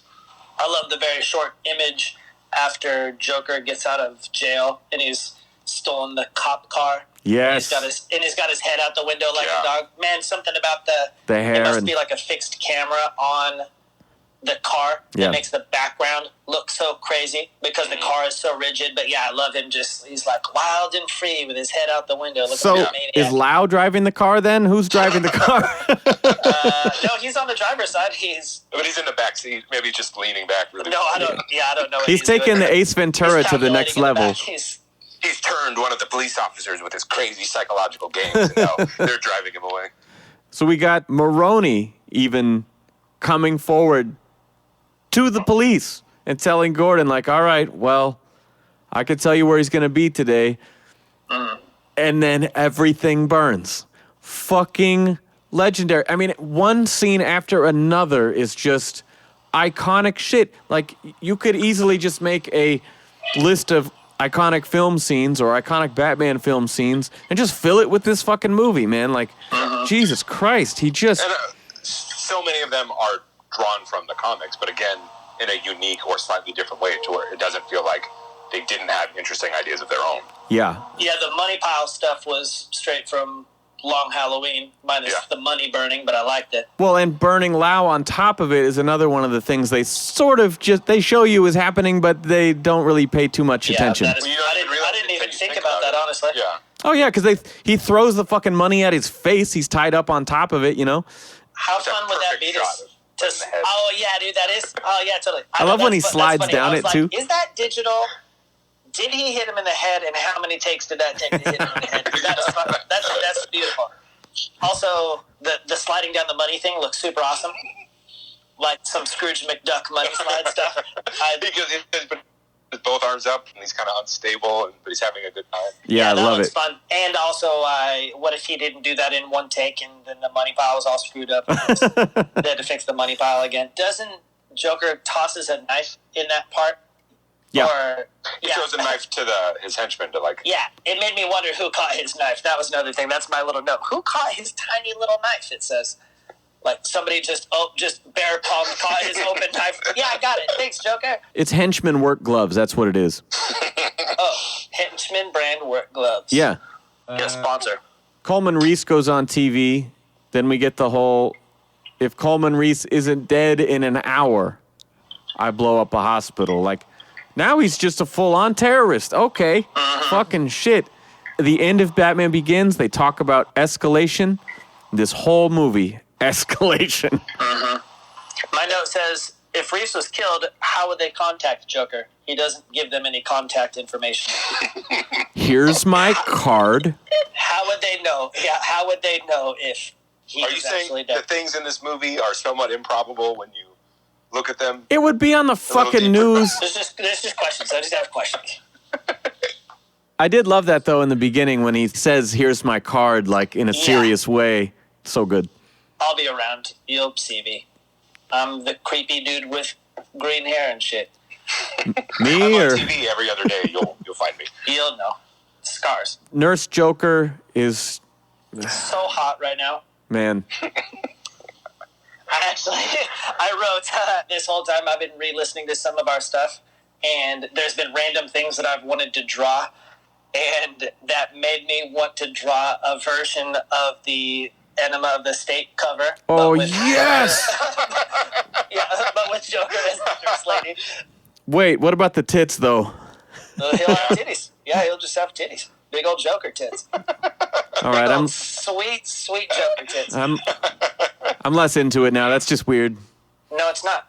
I mean, he doesn't have to have titties on him. Which would you? I'll draw both. How about what if I draw both? One for me and one for you. I have a random ongoing list of like weird things that we've proposed, just things that I would think would make good images, and that's one that I thought of during this. Like a retrospective. Yeah, it's on the list. I like when Bruce. Again, we get more plainclothes Bruce in action here. Will you be wanting the back pod, sir?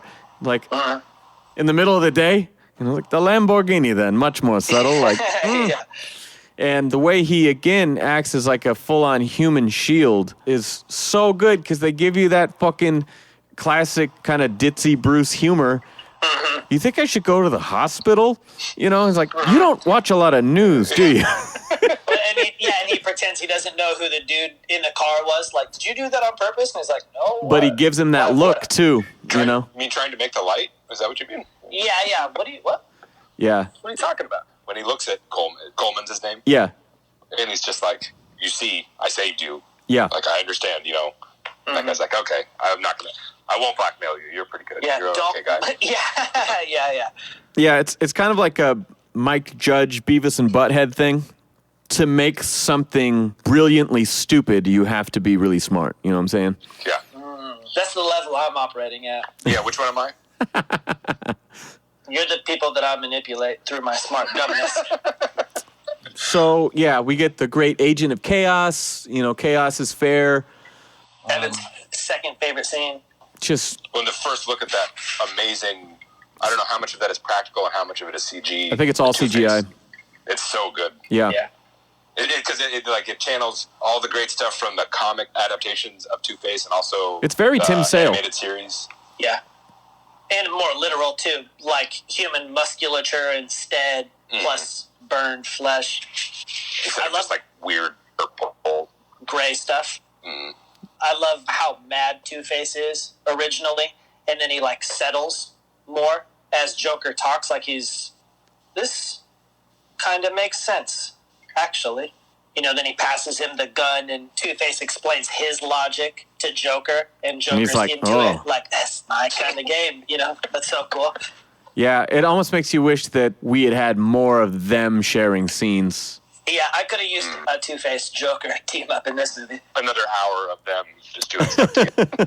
Well, no, Dressed as girls. more so like in the end of the movie, we're almost there. I remember watching it for the first time, and when he's hanging upside down and he's making his big speech, you know, I remember feeling very emotional. Like, you're so engrossed in this film and in this portrayal.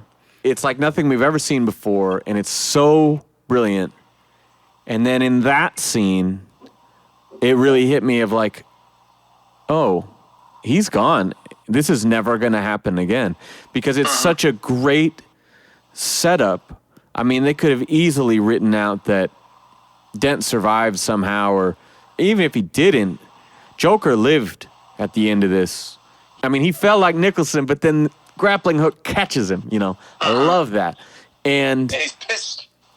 yeah, and we just get this amazing monologue, and it just hit me so hard that like, wow, we are never gonna see this again. You know, he's gone.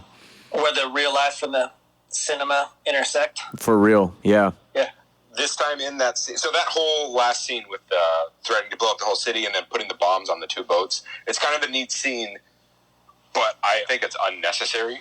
And I mean, I think it kind of, the 2 purposes it serves. It serves, one, to give us one more big climax of Batman doing like Batman stuff, of infiltrating a building and saving hostages and fighting a bunch of people, and reinforcing a little more of like the Joker thinks people are bad when you put them in bad situations, and Batman thinks they'll rise to the occasion. Well, and also, though, the trigger-happy cops, because they are wanting to go in guns blazing, he has to literally beat up and throw the SWAT team out the building so they won't shoot the hostages who are made up to look like the perpetrators. It's an exciting scene, but and again, maybe it partially is to give more weight to what comes after. Yeah. Again, as I say, Batman loses this movie. However, the last little like exciting sting of emotional music and all that happens, this Batman loses. Like the Joker wins in this movie. He wins across the board. And so that scene is just a little excessive to me, but that conclusion of it, them having their little mini fight on the top of the construction site, and then the monologue, it's so effective. And this time, more than any of the other times I watched, like at Joker and seeing him as a man. Yeah. Not seeing him as like a supervillain or like just a foil, like really seeing like how he is the counterpart to Batman. Of just a genius mind, but for all the wrong intents and going in all the wrong directions. Yeah. But he's still just a person. I think you're right, though, because the fairies do slow the pace of the movie a bit. When it's so long already. Everything else is really just nonstop, and that sort of does make you kind of take a beat, even while everything is ramping up. But again, at the same time, we're seeing Dent become Two-Face and going around and shooting people, and you know. So and he's I mean, shooting bad people. He's shooting the people who wronged him, but also people who are criminals, who are violent and dangerous. But he is Two-Face. He's the Two-Face we know. Yeah. And I think that's more compelling and more interesting than any of the fairy stuff. And it is kind of like a neat little beat of like, oh, the criminals are the ones who actually, in this case, it's Tiny Lister, the famous guy who's always the big guy in all those movies. Yeah. You think he's going to, let me take it and I'll do the right thing. And then he just throws the detonator out the window. It's like, so whatever's going to happen now, it's not on us.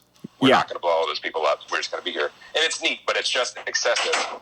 To me, it is like that last scene of the guy who was going to save him from having to be Batman, and the city was going to be better and everything was going to be turned around. That guy became the worst problem, or one of the worst problems in the city right now. And Batman had to kill him to stop him. Yeah. Like, Joker got everything he wanted. And honestly, I like that you say that, because in that last scene, Dent has his very righteous monologue, right? As he's going on about, what's fair, and like telling Gordon, like, you should have listened to me in the first place. He flips the coin and points it at Batman and shoots him. No, he points it at himself first. I think he gets early, doesn't he? Yeah, he does Which that. I think is really nice, because he's committed to his insane logic. Yeah. But then what I mean to say is there's a first coin flip, right, that Batman ignores and gets shot for it. And then there's 2 more coin flips, and he uses the last one as the moment while he's distracted to pounce and take him down, right? If he had just done that the first time, he wouldn't have been shot. Yeah, that's another thing that doesn't quite make sense. And you could probably try and justify it with saying he was too ready the first time, but now that he thinks Batman is down and he's focused on other things. Yeah, it's another it's a contrived setup to give you an exciting set piece. Yeah. I mean, it's good, and it's not exactly a moment you train for. This is a very weird situation. It might not occur to you, like, how do I fucking, you're looking at all the variables here, and you're up against a fucking cliff, basically. What options do I have while he's doing that math is when he gets shot? I don't know, but I think it's actually one of those super deep Easter eggs, because Michael Keaton gets shot so much that he's just being Batman. He just gets shot, and you just shrug it Batman off. just gets shot a lot. He's done so much jiu-jitsu and aikido and focused breathing that those bullets just don't affect him the way they would affect us. Wait, he shops at IKEA? He's being true to the character. Oh. Yeah. the 113th martial arts style out of the 127 that he knows is all about getting shot. Taking and, bullets to shrugging the it off. chest. Yeah. Yeah. Now, did you guys watch the version of the movie where when Two-Face flipped the coin, Batman threw all the other coins at him and distracted him and then pushed him off the building? The better version? The Snyder cut of this movie? Yeah. I'm leaving. I'm sure it'll be good. It's just an easy target, that's all. How many people, Sam, have given us ratings and have shared comments like that person that you shared the other day? We've only had a couple of actual like reviews. Most people just put in the stars, you know. By the way, give us that 5-star rating on iTunes, you know. What? Help us look good. It made me feel real good in my heart that that Keith Chief was all up on the Hey, to anyone who Schumacher listens to this, thanks for listening. I hope you enjoy it. That's true. And- Thank you, guys. But save your comments for yourself. I'm not going to do anything different. So. Wow, what a hard ass. Future Ben Polanski. Fucking badass forever. I've got my Mountain Dew IV. I'm parked on the couch. Yeah. My life is not changing at all. He gives zero shits about you.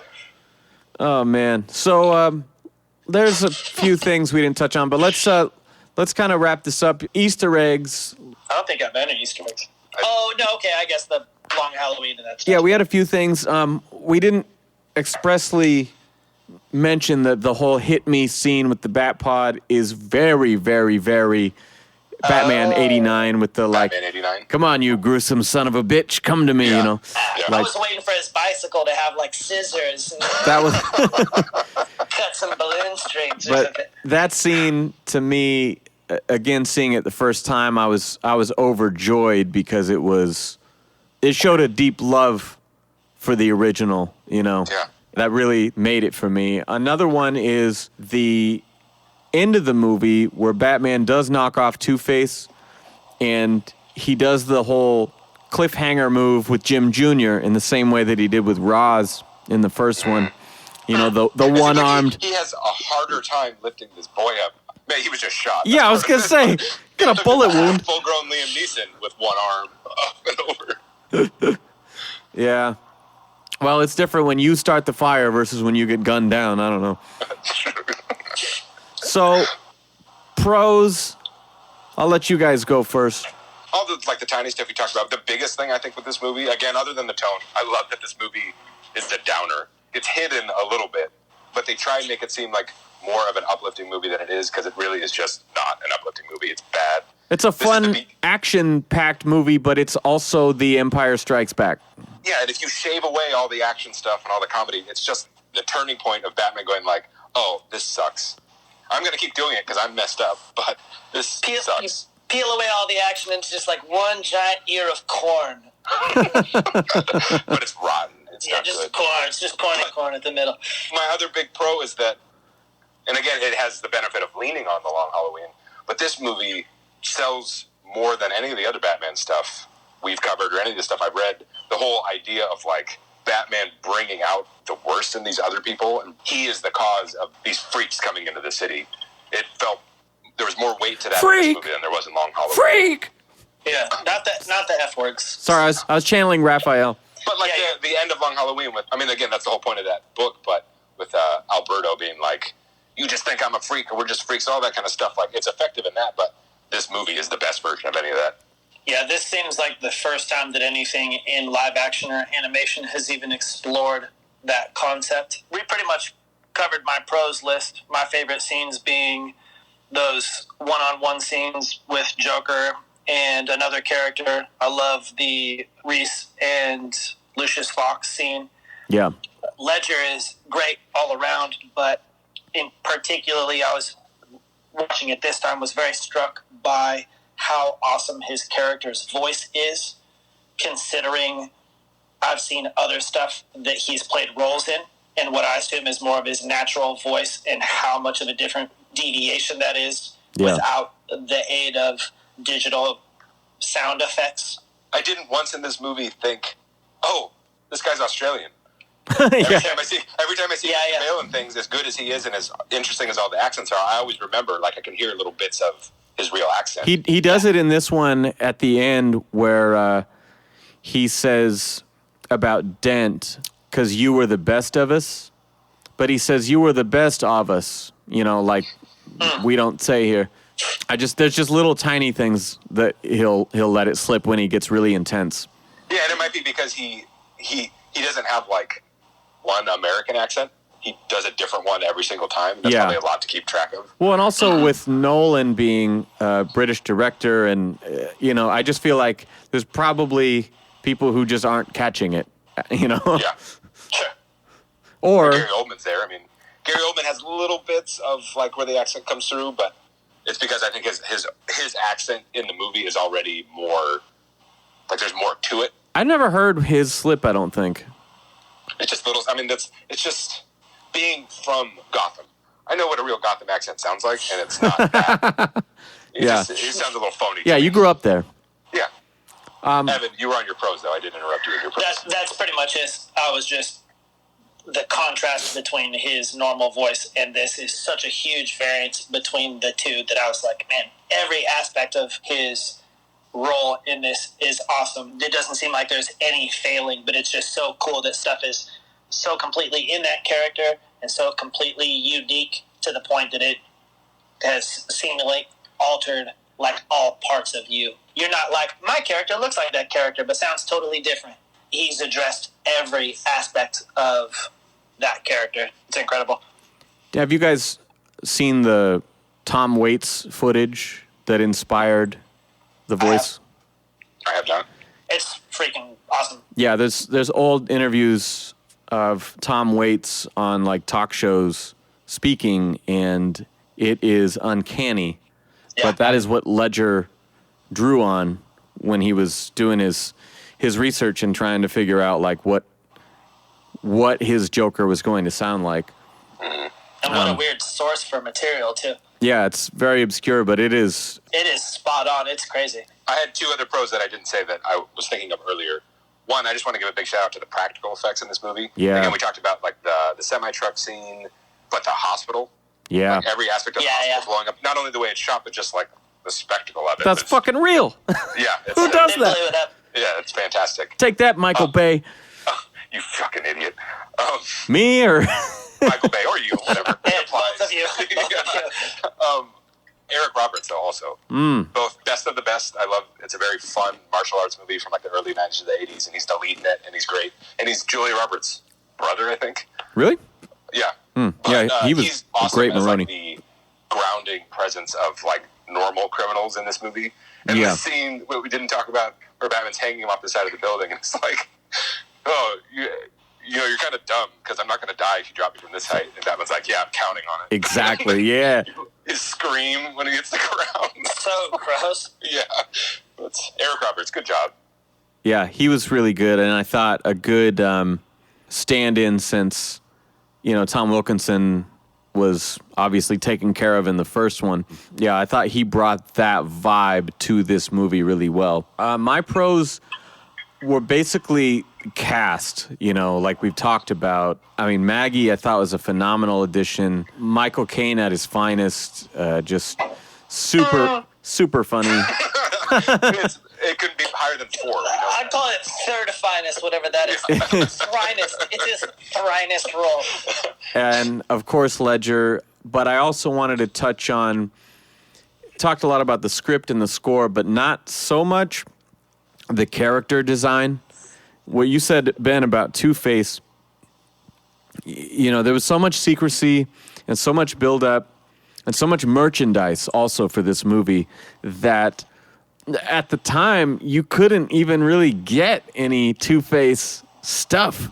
I eventually got one of the Mattel figures, but like when you're going to the stores, you could only get the Joker and the Batman and stuff, like, they didn't drop that shit even till later. And so, like, there's no T-shirts with fucking Two-Face on them. There's none of the... Dude, you go to any fucking store on Earth in 2008 and there are Joker T-shirts and posters and shit everywhere, right? There's no for Two-Face. It's the gnarliest looking shit, and... Did they release toys later? Yeah, not yeah. Like not toys for adults that are like $800.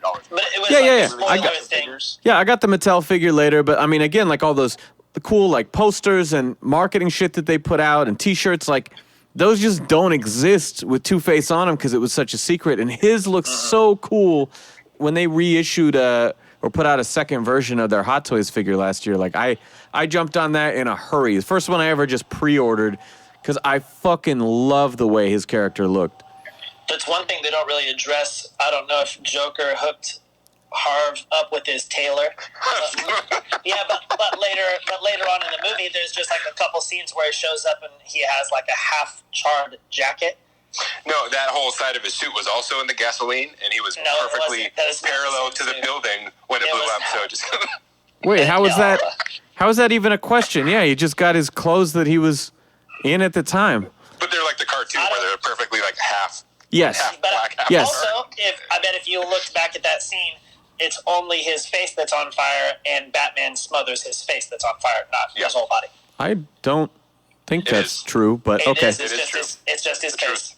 He went to Versace and then also employed some homeless person to stitch him like a hybrid jacket. I'm looking at the first doo-doo and part high couture. I'm looking at the figure right now, and it's really only the shoulder up, though. It's not even the whole suit. So, I mean, it is just his top portion. No. Never occurred to me. What I would say, though, is the symmetry being so perfect. That's the only thing they could have... If they're going real, like everything is, that's the only thing I would have maybe thought to improve. More inconsistent. Yeah. But it's awesome. Yeah. It's so cool. Oh, yeah. Such a good character design. And the way that they tease it, too, like in the hospital scene, he's speaking, and the camera is low and on his side profile, and then, like, he'll start to turn his head, and it'll cut away, and so you get, like a frame. Tiny glimpse, and you never really see it, so when they fully reveal, it's just such a big moment, and I just love the way that was portrayed. Imagine he can't ever blink in that eye.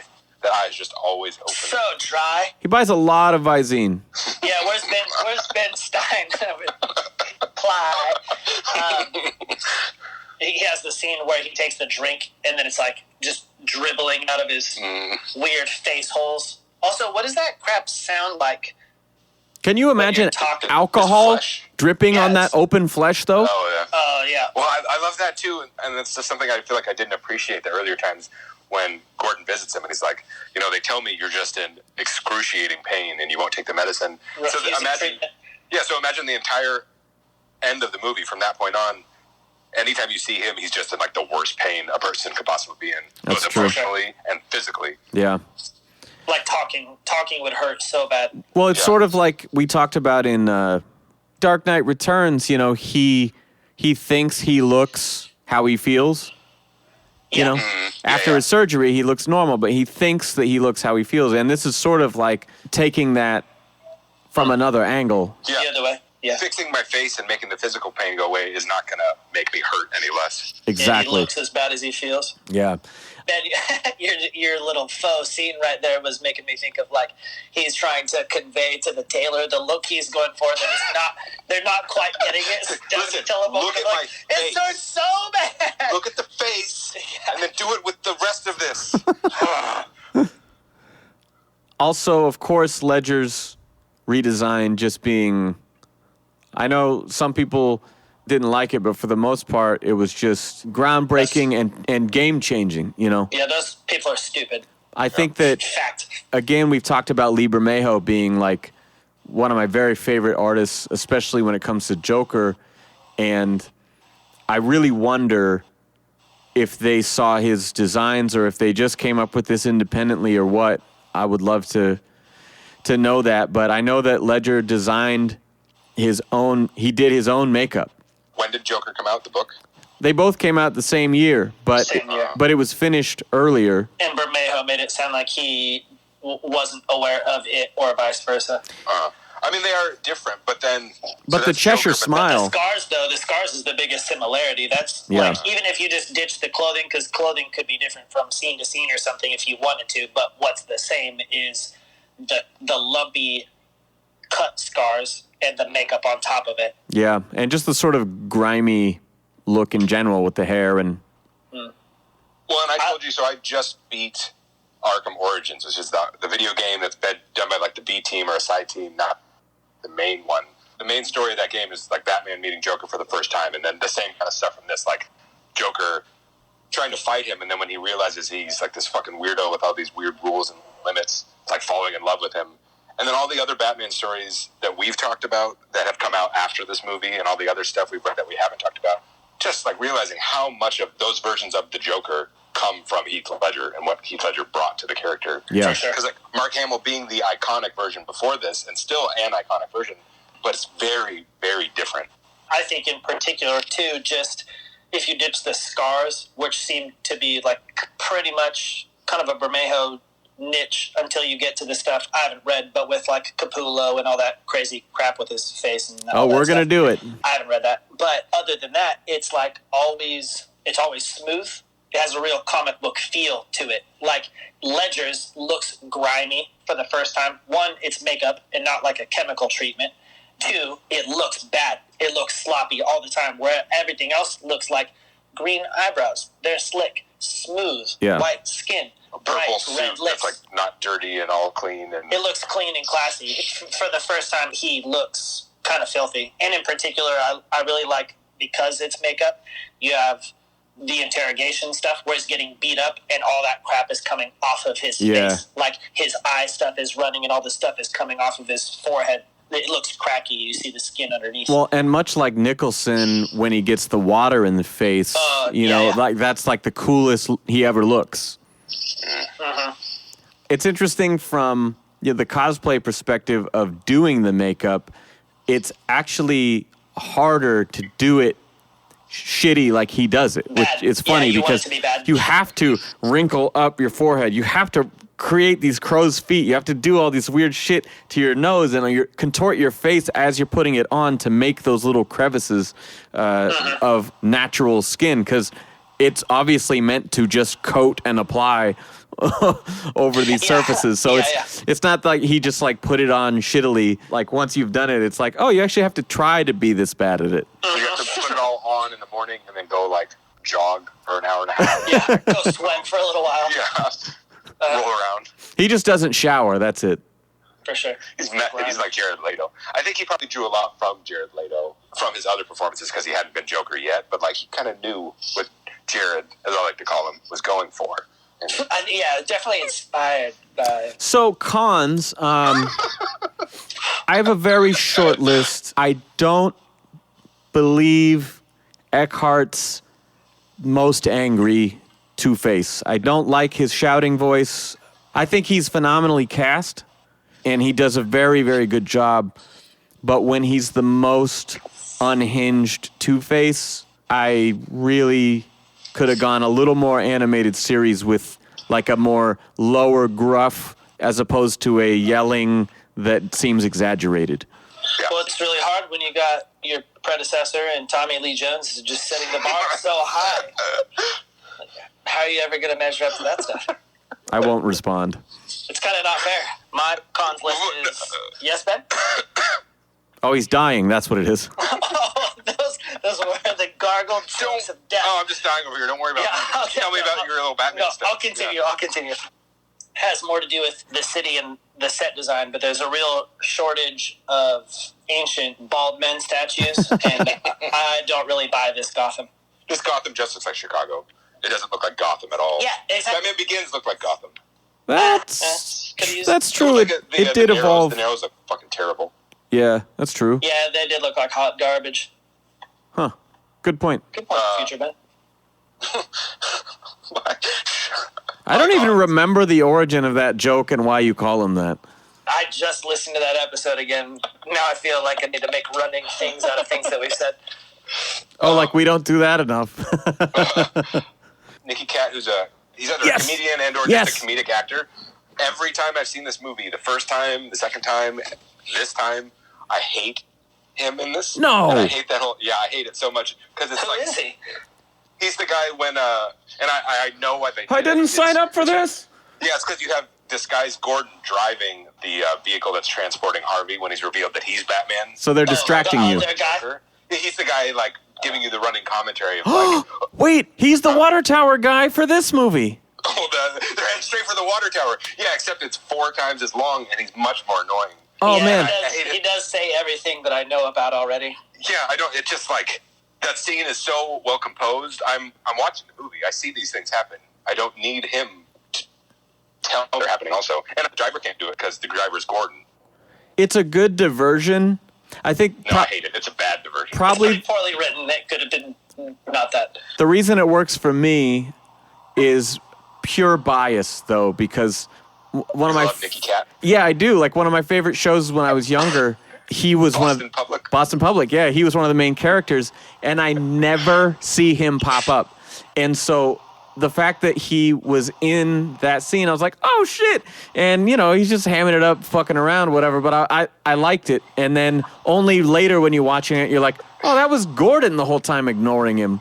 Yeah, it's his fault. He's okay. I don't like that character. I don't need that. I can get why it's bad, but I like it. It seems like standard He was action movie dumb writing. They do that stuff all the time. And this movie's 4 hours long. We don't need. You could slim it down a little bit. 2.5. Same effect. This episode's gonna be longer than the fucking film. My other con, I think, is just again the fighting in the suit. It's better than Batman Begins, but it's still. Now that we get to see it, we see it's very, very slow. A lot of like elbows. Do we like the suit in this movie, by the way? Because it is more mobile. I don't have any feelings about it. I think that It's okay. the first one is more intimidating. I like the practical reasons for upgrading it, but I also think that when you get a good look at it, the legs are the dumbest looking batsuit since the 90s. Yeah, it's okay. I'd recently seen some stuff in the news about some storms in the Midwest, and it just made me think that maybe we could just send them a bunch of copies of this movie to help with their corn shortage. Because it's full of corn. Wow. Yeah. Yes. The irony of At you first saying that. I was going to be like, this movie's got more corn than Iowa or something, but then I was like, no, wait. They don't actually have that much corn. There was storms recently. You made it topical. I like it. Thanks. You guys remember that pandemic that happened when this was being recorded? Yeah, these are a little ahead of schedule. My other con was just the sound mixing that we talked about, which is really cool and impactful, but when you're watching at home is completely impractical. Yeah, yes. It's like I want to remaster for home or something where the dynamic range is a little more normalized. My dog was scared the entire time. Yeah, dude, Tucker was on my lap and he fucking was like asleep and hopped up at one point when... I might have been when the fucking dude slams into the mayor's window, the dead guy. It scares me every time. That woke my dad up. Yeah, I'm a big jumper for shit like that too. I'm like, ah! Oh, for sure. Hockey pads. Detective. Brian! Oh, wait. Before we move on, in terms of the sound mixing, it doesn't come through nearly as much when you're watching on just a regular TV sound system, but through the stereo, a lot of the complaints about the voice, they didn't happen until this movie. And I think it is just because of the way that it's super compressed and all the bass in it, and it's just very unnatural the way that it's done. I think it's mainly just the way that his voice was mixed more than the delivery, because he's not really talking any differently. You know, if you look at like the scene where he's in the bank vault in the beginning and stuff where he's actually talking to Gordon, it's very similar to the other movie. It's just mixed really excessively. The talking is so quiet. It's noticeably quiet. I think the weirdest parts when he's talking anyways are just when he has longer lines, because I love his voice. If he's like, you stop me, Batman. and if they're like a couple syllables and very short sentences. So like Planet of the Apes dialogue. Yeah, when he has actual dialogue, like in the near the end, and him and Joker are having the scene, and yeah, with the boats, because of the way that he's exerting his voice, he has to catch his breath. It's actually like doing music vocals or something where he's trying something different, and it's making him run out of breath. Well, no, it's not that. He's playing that because he's got the fucking bar across his neck, like while it's the original Martha scene. Bar across his neck? Yeah, he's like, how about this? Or whatever he does with the fucking... Oh, no, that was the line from the first movie. But the same thing, he uses the spikes from the gauntlets to fly at him. He's on his back with the fucking bar across his neck or, like, the upper part of his chest. So, like, that's... If you just get off me for a second, I can talk. Yeah, that's why he's talking like that. Within point that out. I think there's spikes in the eye from Dark Knight Returns. Yeah. I'd have to go back and find it because I swear there's just a part where he's just kind of like kneeling and he's at the they're on like the exterior of this building. Oh, it could be Joker's after he fell and he catches him with the grapnel. Yeah, he's kind of on the edge-ish. But anyways, I just got the feeling that it's just hard to make those sounds with your voice without also running out of breath at the same time. So he's just not very well suited for long-winded sentences. I mean, he also just pulled the full weight of a human being on like a 50-story fall. So, well, having done that before, it's not as hard as Mr. Bale makes it. It's not as hard as doing a punk show. The thing you don't appreciate when you watch these movies, because movie screens are very big. Well, it's anything, apparently, because we've got problems with a lot of you people. You people? What? No. It's Jerry Stiller, Festivus, Seinfeld. Okay. I got problems with a lot of you people. The airing of grievances. Is that what you're talking about? Yeah, the airing of grievances. I was just going to say that you don't realize because he's so buff and movie screens are so tall. Christian Bale is like 3 feet tall. He's not that big of a person. So it's hard to lift humans, especially when you're very small. That makes sense. Detective? Yeah, he repurposes the sonar to wider and broader applications, which is also another con. I think the whole subplot of the unethical usage of sonar and everyone is just another thing this movie doesn't need. How's he going to find him? He'll just go where he is. We don't need it's just unnecessary. He'll just smell the chaos. Yeah, he'll get there. We don't need I don't cross these lines and then I cross. It's pointless. But he figures the machine out, which is smart. I also really like the bullet shrapnel scene. Yeah. That's some that good Batman scene is shit. Funny to me. They need multiple barrels for multiple bullets, but the gun that they're using to test that bullet test is a legit a Gatling gun. It seems excessive. It probably came off the Batmobile. That's probably, I guess they just had a spare chain gun. They took it off for this experiment and they put it on that bar. That's true. Yeah, Bruce devised that whole mechanism. That's very sciencey. Yeah. Engineering. Pretty smart. I also like the fact that he already knew that Lau's revenue was dirty money. By the time Lucius brings it up to him, he's like, oh, yeah, we should probably look into that. And he's like, do you already know? I just needed to have a reason to... Yeah, that's fine. Which is why he was sleeping through the meeting. Is like, I don't give a fuck about this. I already know the outcome. Yeah, that's cool. Cancel the deal. I already know. Okay. That's it. I don't think there's any other detective stuff in this movie. Ninja? Pretty...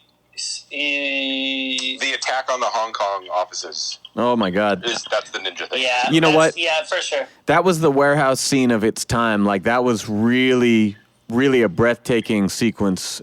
But it doesn't hold up to the warehouse scene. Because there's so many times, again, watching this now with my dad and not realizing he was asleep, so I thought he was awake and being like, oh, he's going to pick this apart. Yeah. That Batman would have been shot like 5 times in that scene because he's moving very slowly. Well, Nolan is guilty of this one particular thing in action that it's sort of like when you watch the animated series and you're like, how did this goon get that shot in? You know, like, how did he hit him with that broomstick or whatever? Like, he was standing there looking at him. He could have caught, But Nolan does this thing where guys have guns and run towards him instead of pulling the trigger, and so he very... They wait. They wait a moment and they kind of... Yeah, it's just a little... Get into position. It's a little too choreographed sometimes with that, but still, that scene was really, really well done for the most part, and also that penthouse scene is really, really good just for a split second of like, oh yeah, he's a master. I love this stuff at the end because unlike in Hong Kong, he's just trying to take out all those bad guys. But in the stuff in the end with the tower, he's simultaneously trying to take out the bad guys and save the disguised kidnappees. Yeah. And while he's taking out the cops, he's also saving them. Yeah. So, yeah, that's... For sure. Yeah, it's very... He's open up all those guys that go over the edge, but he's actually just more like disarming them and saving their life at the same time. Like, I got to get you out of the action, but you're not dead. Yep. He does just throw those dogs down that pit. Yeah. But they just kind of go past it. Yeah. Well, nobody likes a movie where the dog dies, so, Cutaway way quick. Can't acknowledge that. Yeah, it does. Get that, Chris. And we know that he upgraded the suit with that in mind in the beginning. So. Yeah, they do have the scene to address its mobility, but, a little compromise. Trauma? Not so much. I think really. big time in that scene we talked about where Rachel was going to wait for him and, he was finally going to have a normal life and he was going to be able to step away. It's like, at the end of the day, he did all this shit kind of out of desperation. And now that he sees a little bit of hope, he's so ready to end this crusade and actually move on from his trauma. I think like Earth 1 did it better. God with, damn, every episode. Bingo. Talking about Earth 1. Yeah. That's part of the bingo. Every Man, time. you can't. Bingo has to be 5 things. You have to have 5 things to make a row. That's That was like three that was like tops. 3. Can't be bingo. Well, in the book Earth 1 that we talked about, just the scene where Alfred's like, oh, so it was just like a random killing that killed your parents. Now you don't have to do this anymore. And he's like, no, you don't get it. Now I have to do this forever because it wasn't somebody getting out. I think that's a better version of what you're talking about with this. Yeah. It's a shitty thing that happens to him, but it doesn't seem so directly related to his obsession with being Batman. Yeah. Also, in this case, it's like 3 films that are one film versus in different versions, you might feel compelled to like portray it differently or make it more obvious because every one of those things was like a mini starting point.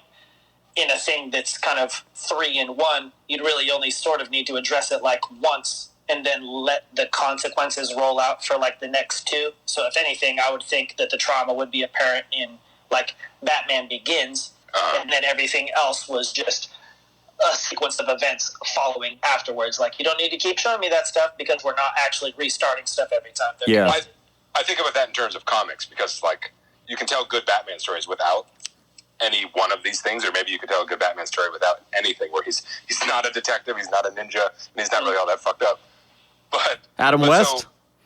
So, it would be like Green Arrow. It would be a Green Arrow story. But a lot of the comics, even when they're not about that, still work in some sort of like his messed up past or his childhood or something like that. Where this movie just doesn't have any of that. I guess maybe a little bit in the Joker relationship of like, you're so messed up that you are this way and you have these weird rules, but you're still obsessed. But I just didn't feel it as much because I think you're saying it's in Batman Begins. It's not in this movie. Fully. Yeah, they're more like the same, just one long thing. I do have something that I could have created in the past, but it made me, for the first time, want to address. You're making a face, and I don't like where this is going. Oh, sorry. Sometimes I think of funny things in my head before I say them. In the case of the Joker stories, I propose that we address how edgelordy this Joker is. A little addendum to the trifecta. It's exactly. The Illuminati eye of the Batman. Yes, trifecta. I don't know what the 3 traits would be, but I think that it's just Joker the one. needs his. How edgelord. Okay, yeah. It's the tip of the pyramid. That's fine. And then I want to, on a scale, 1 to 5, how edgelordy is this Joker? 2, 5 being the most, 1 being the least. Yeah. Oh, shit, is that how our ratings work? I've been doing it backwards this whole time. You hate all these things we've been talking about. Oh, Mask of the Phantasm, it was a 5. It was a really I strong don't know. 5. My I don't know God. if you remember that book that we read, Batman Earth 1, but it was the worst Batman book I've ever read. Easiest 5 I've ever given. Hey, shout out to Bat Force Grumps on that. He told me last night he read the first book of Earth 1 and put it down. I was like, why are you fucking kidding? Did he have a seizure or something? Is Not- that what Yeah, He was not on board with that one. That's a shame. Ratings? Wait. 5. What? Oh, Sam, how edgelordy is this Joker? Yeah, you didn't give us your edgelord rating. This isn't real. Fuck you. No, it is. Every time the Joker appears from here on out, I want to know how edgelordy he is. I'm just going to edit it out. I don't care. That's stupid, Sam. You don't get to do that. We have a format. I crave consistency in my soul. This Nope. first time viewing this movie is a 5. Because I've seen it so many times, it's a 4. Heath Ledger is a 5 every time. Realistically, the movie's a 4. 60% of the time, it works every time. Yes. I give it a 5. I mean, easy 5. It's so influential. It's so entertaining. We have our tiny issues with it. But I mean, Jesus Christ, if this isn't a 5, what is? All-Star Batman. For a live action movie? Yeah, it's a 5. That's fair. I think I've just seen it too many times, and it's really long. For all the things that we've seen, though, I don't think that there really is any comparison to this. The people are going to come after me on this one. The three of us who listen to this, they're going to come after me. But I like Under the Red Hood more. Again, we're not... But... Well, you just said, I don't think anything compares to this. I can. Oh, okay. Well, then I take that back, because obviously... Don't say forever. Yes, because obviously Batman Forever is incredible. So, yes. It's just, I would be more down to watch Under the Red Hood again, because it's not 3 weeks long. I don't have to give up a chunk of my life to watch it. It's 2.5 hours. My God. That's such long. YouTube videos are like 5 to 10 minutes long. That's the perfect length for anything. But I'm a busy man. Do you binge watch Netflix shows? Sometimes, yeah. Yeah, I do. Well, then fuck yourself. It takes me 3 days to watch one Netflix show. Yeah, really. Yeah, that's like 10 Batman movies in the same time that this does one Batman movie. It's 2.5 hours. It's not that bad. As soon as you told me this is what we were going to watch, I started watching it the next day, and it took me 1 month to watch this movie. You just finished it right now. Yeah, just before this podcast. Man, you are going to have a hard time with the next 2 episodes, because we got some I'm length. really glad that Ben bailed on the last one, because I actually wasn't even ready. Yeah. Wait, I'm just going to wing it. Are you joking? Did you watch it in short pieces? No. I know. After all these years, I still can't read you. Oh my God. No, that was all fake. But if you cut out that Edgelord Joker stuff, we cannot be friends anymore, and that is no lie. I will quit if you cut it out, unless you put it in a different one later. You splice it in somehow. All right, that is our show. Thank you guys so much for listening, and I hope you didn't mind revisiting an earlier episode. I honestly want to revisit it myself, so I didn't listen to this. I didn't do a fresh edit. I just want to listen to it like you guys do on Friday, and then watch my 4K Blu-ray, guys, because that's what I collect now. But I want to watch that as well, and I like getting to kind of watch the movie in my head first while listening to the podcast. So anyway, hope you guys liked it. We will be back to DC Black Label as promised. We've recorded an episode that is the Cami Garcia serial killer book, Joker Harley, Criminal Sanity.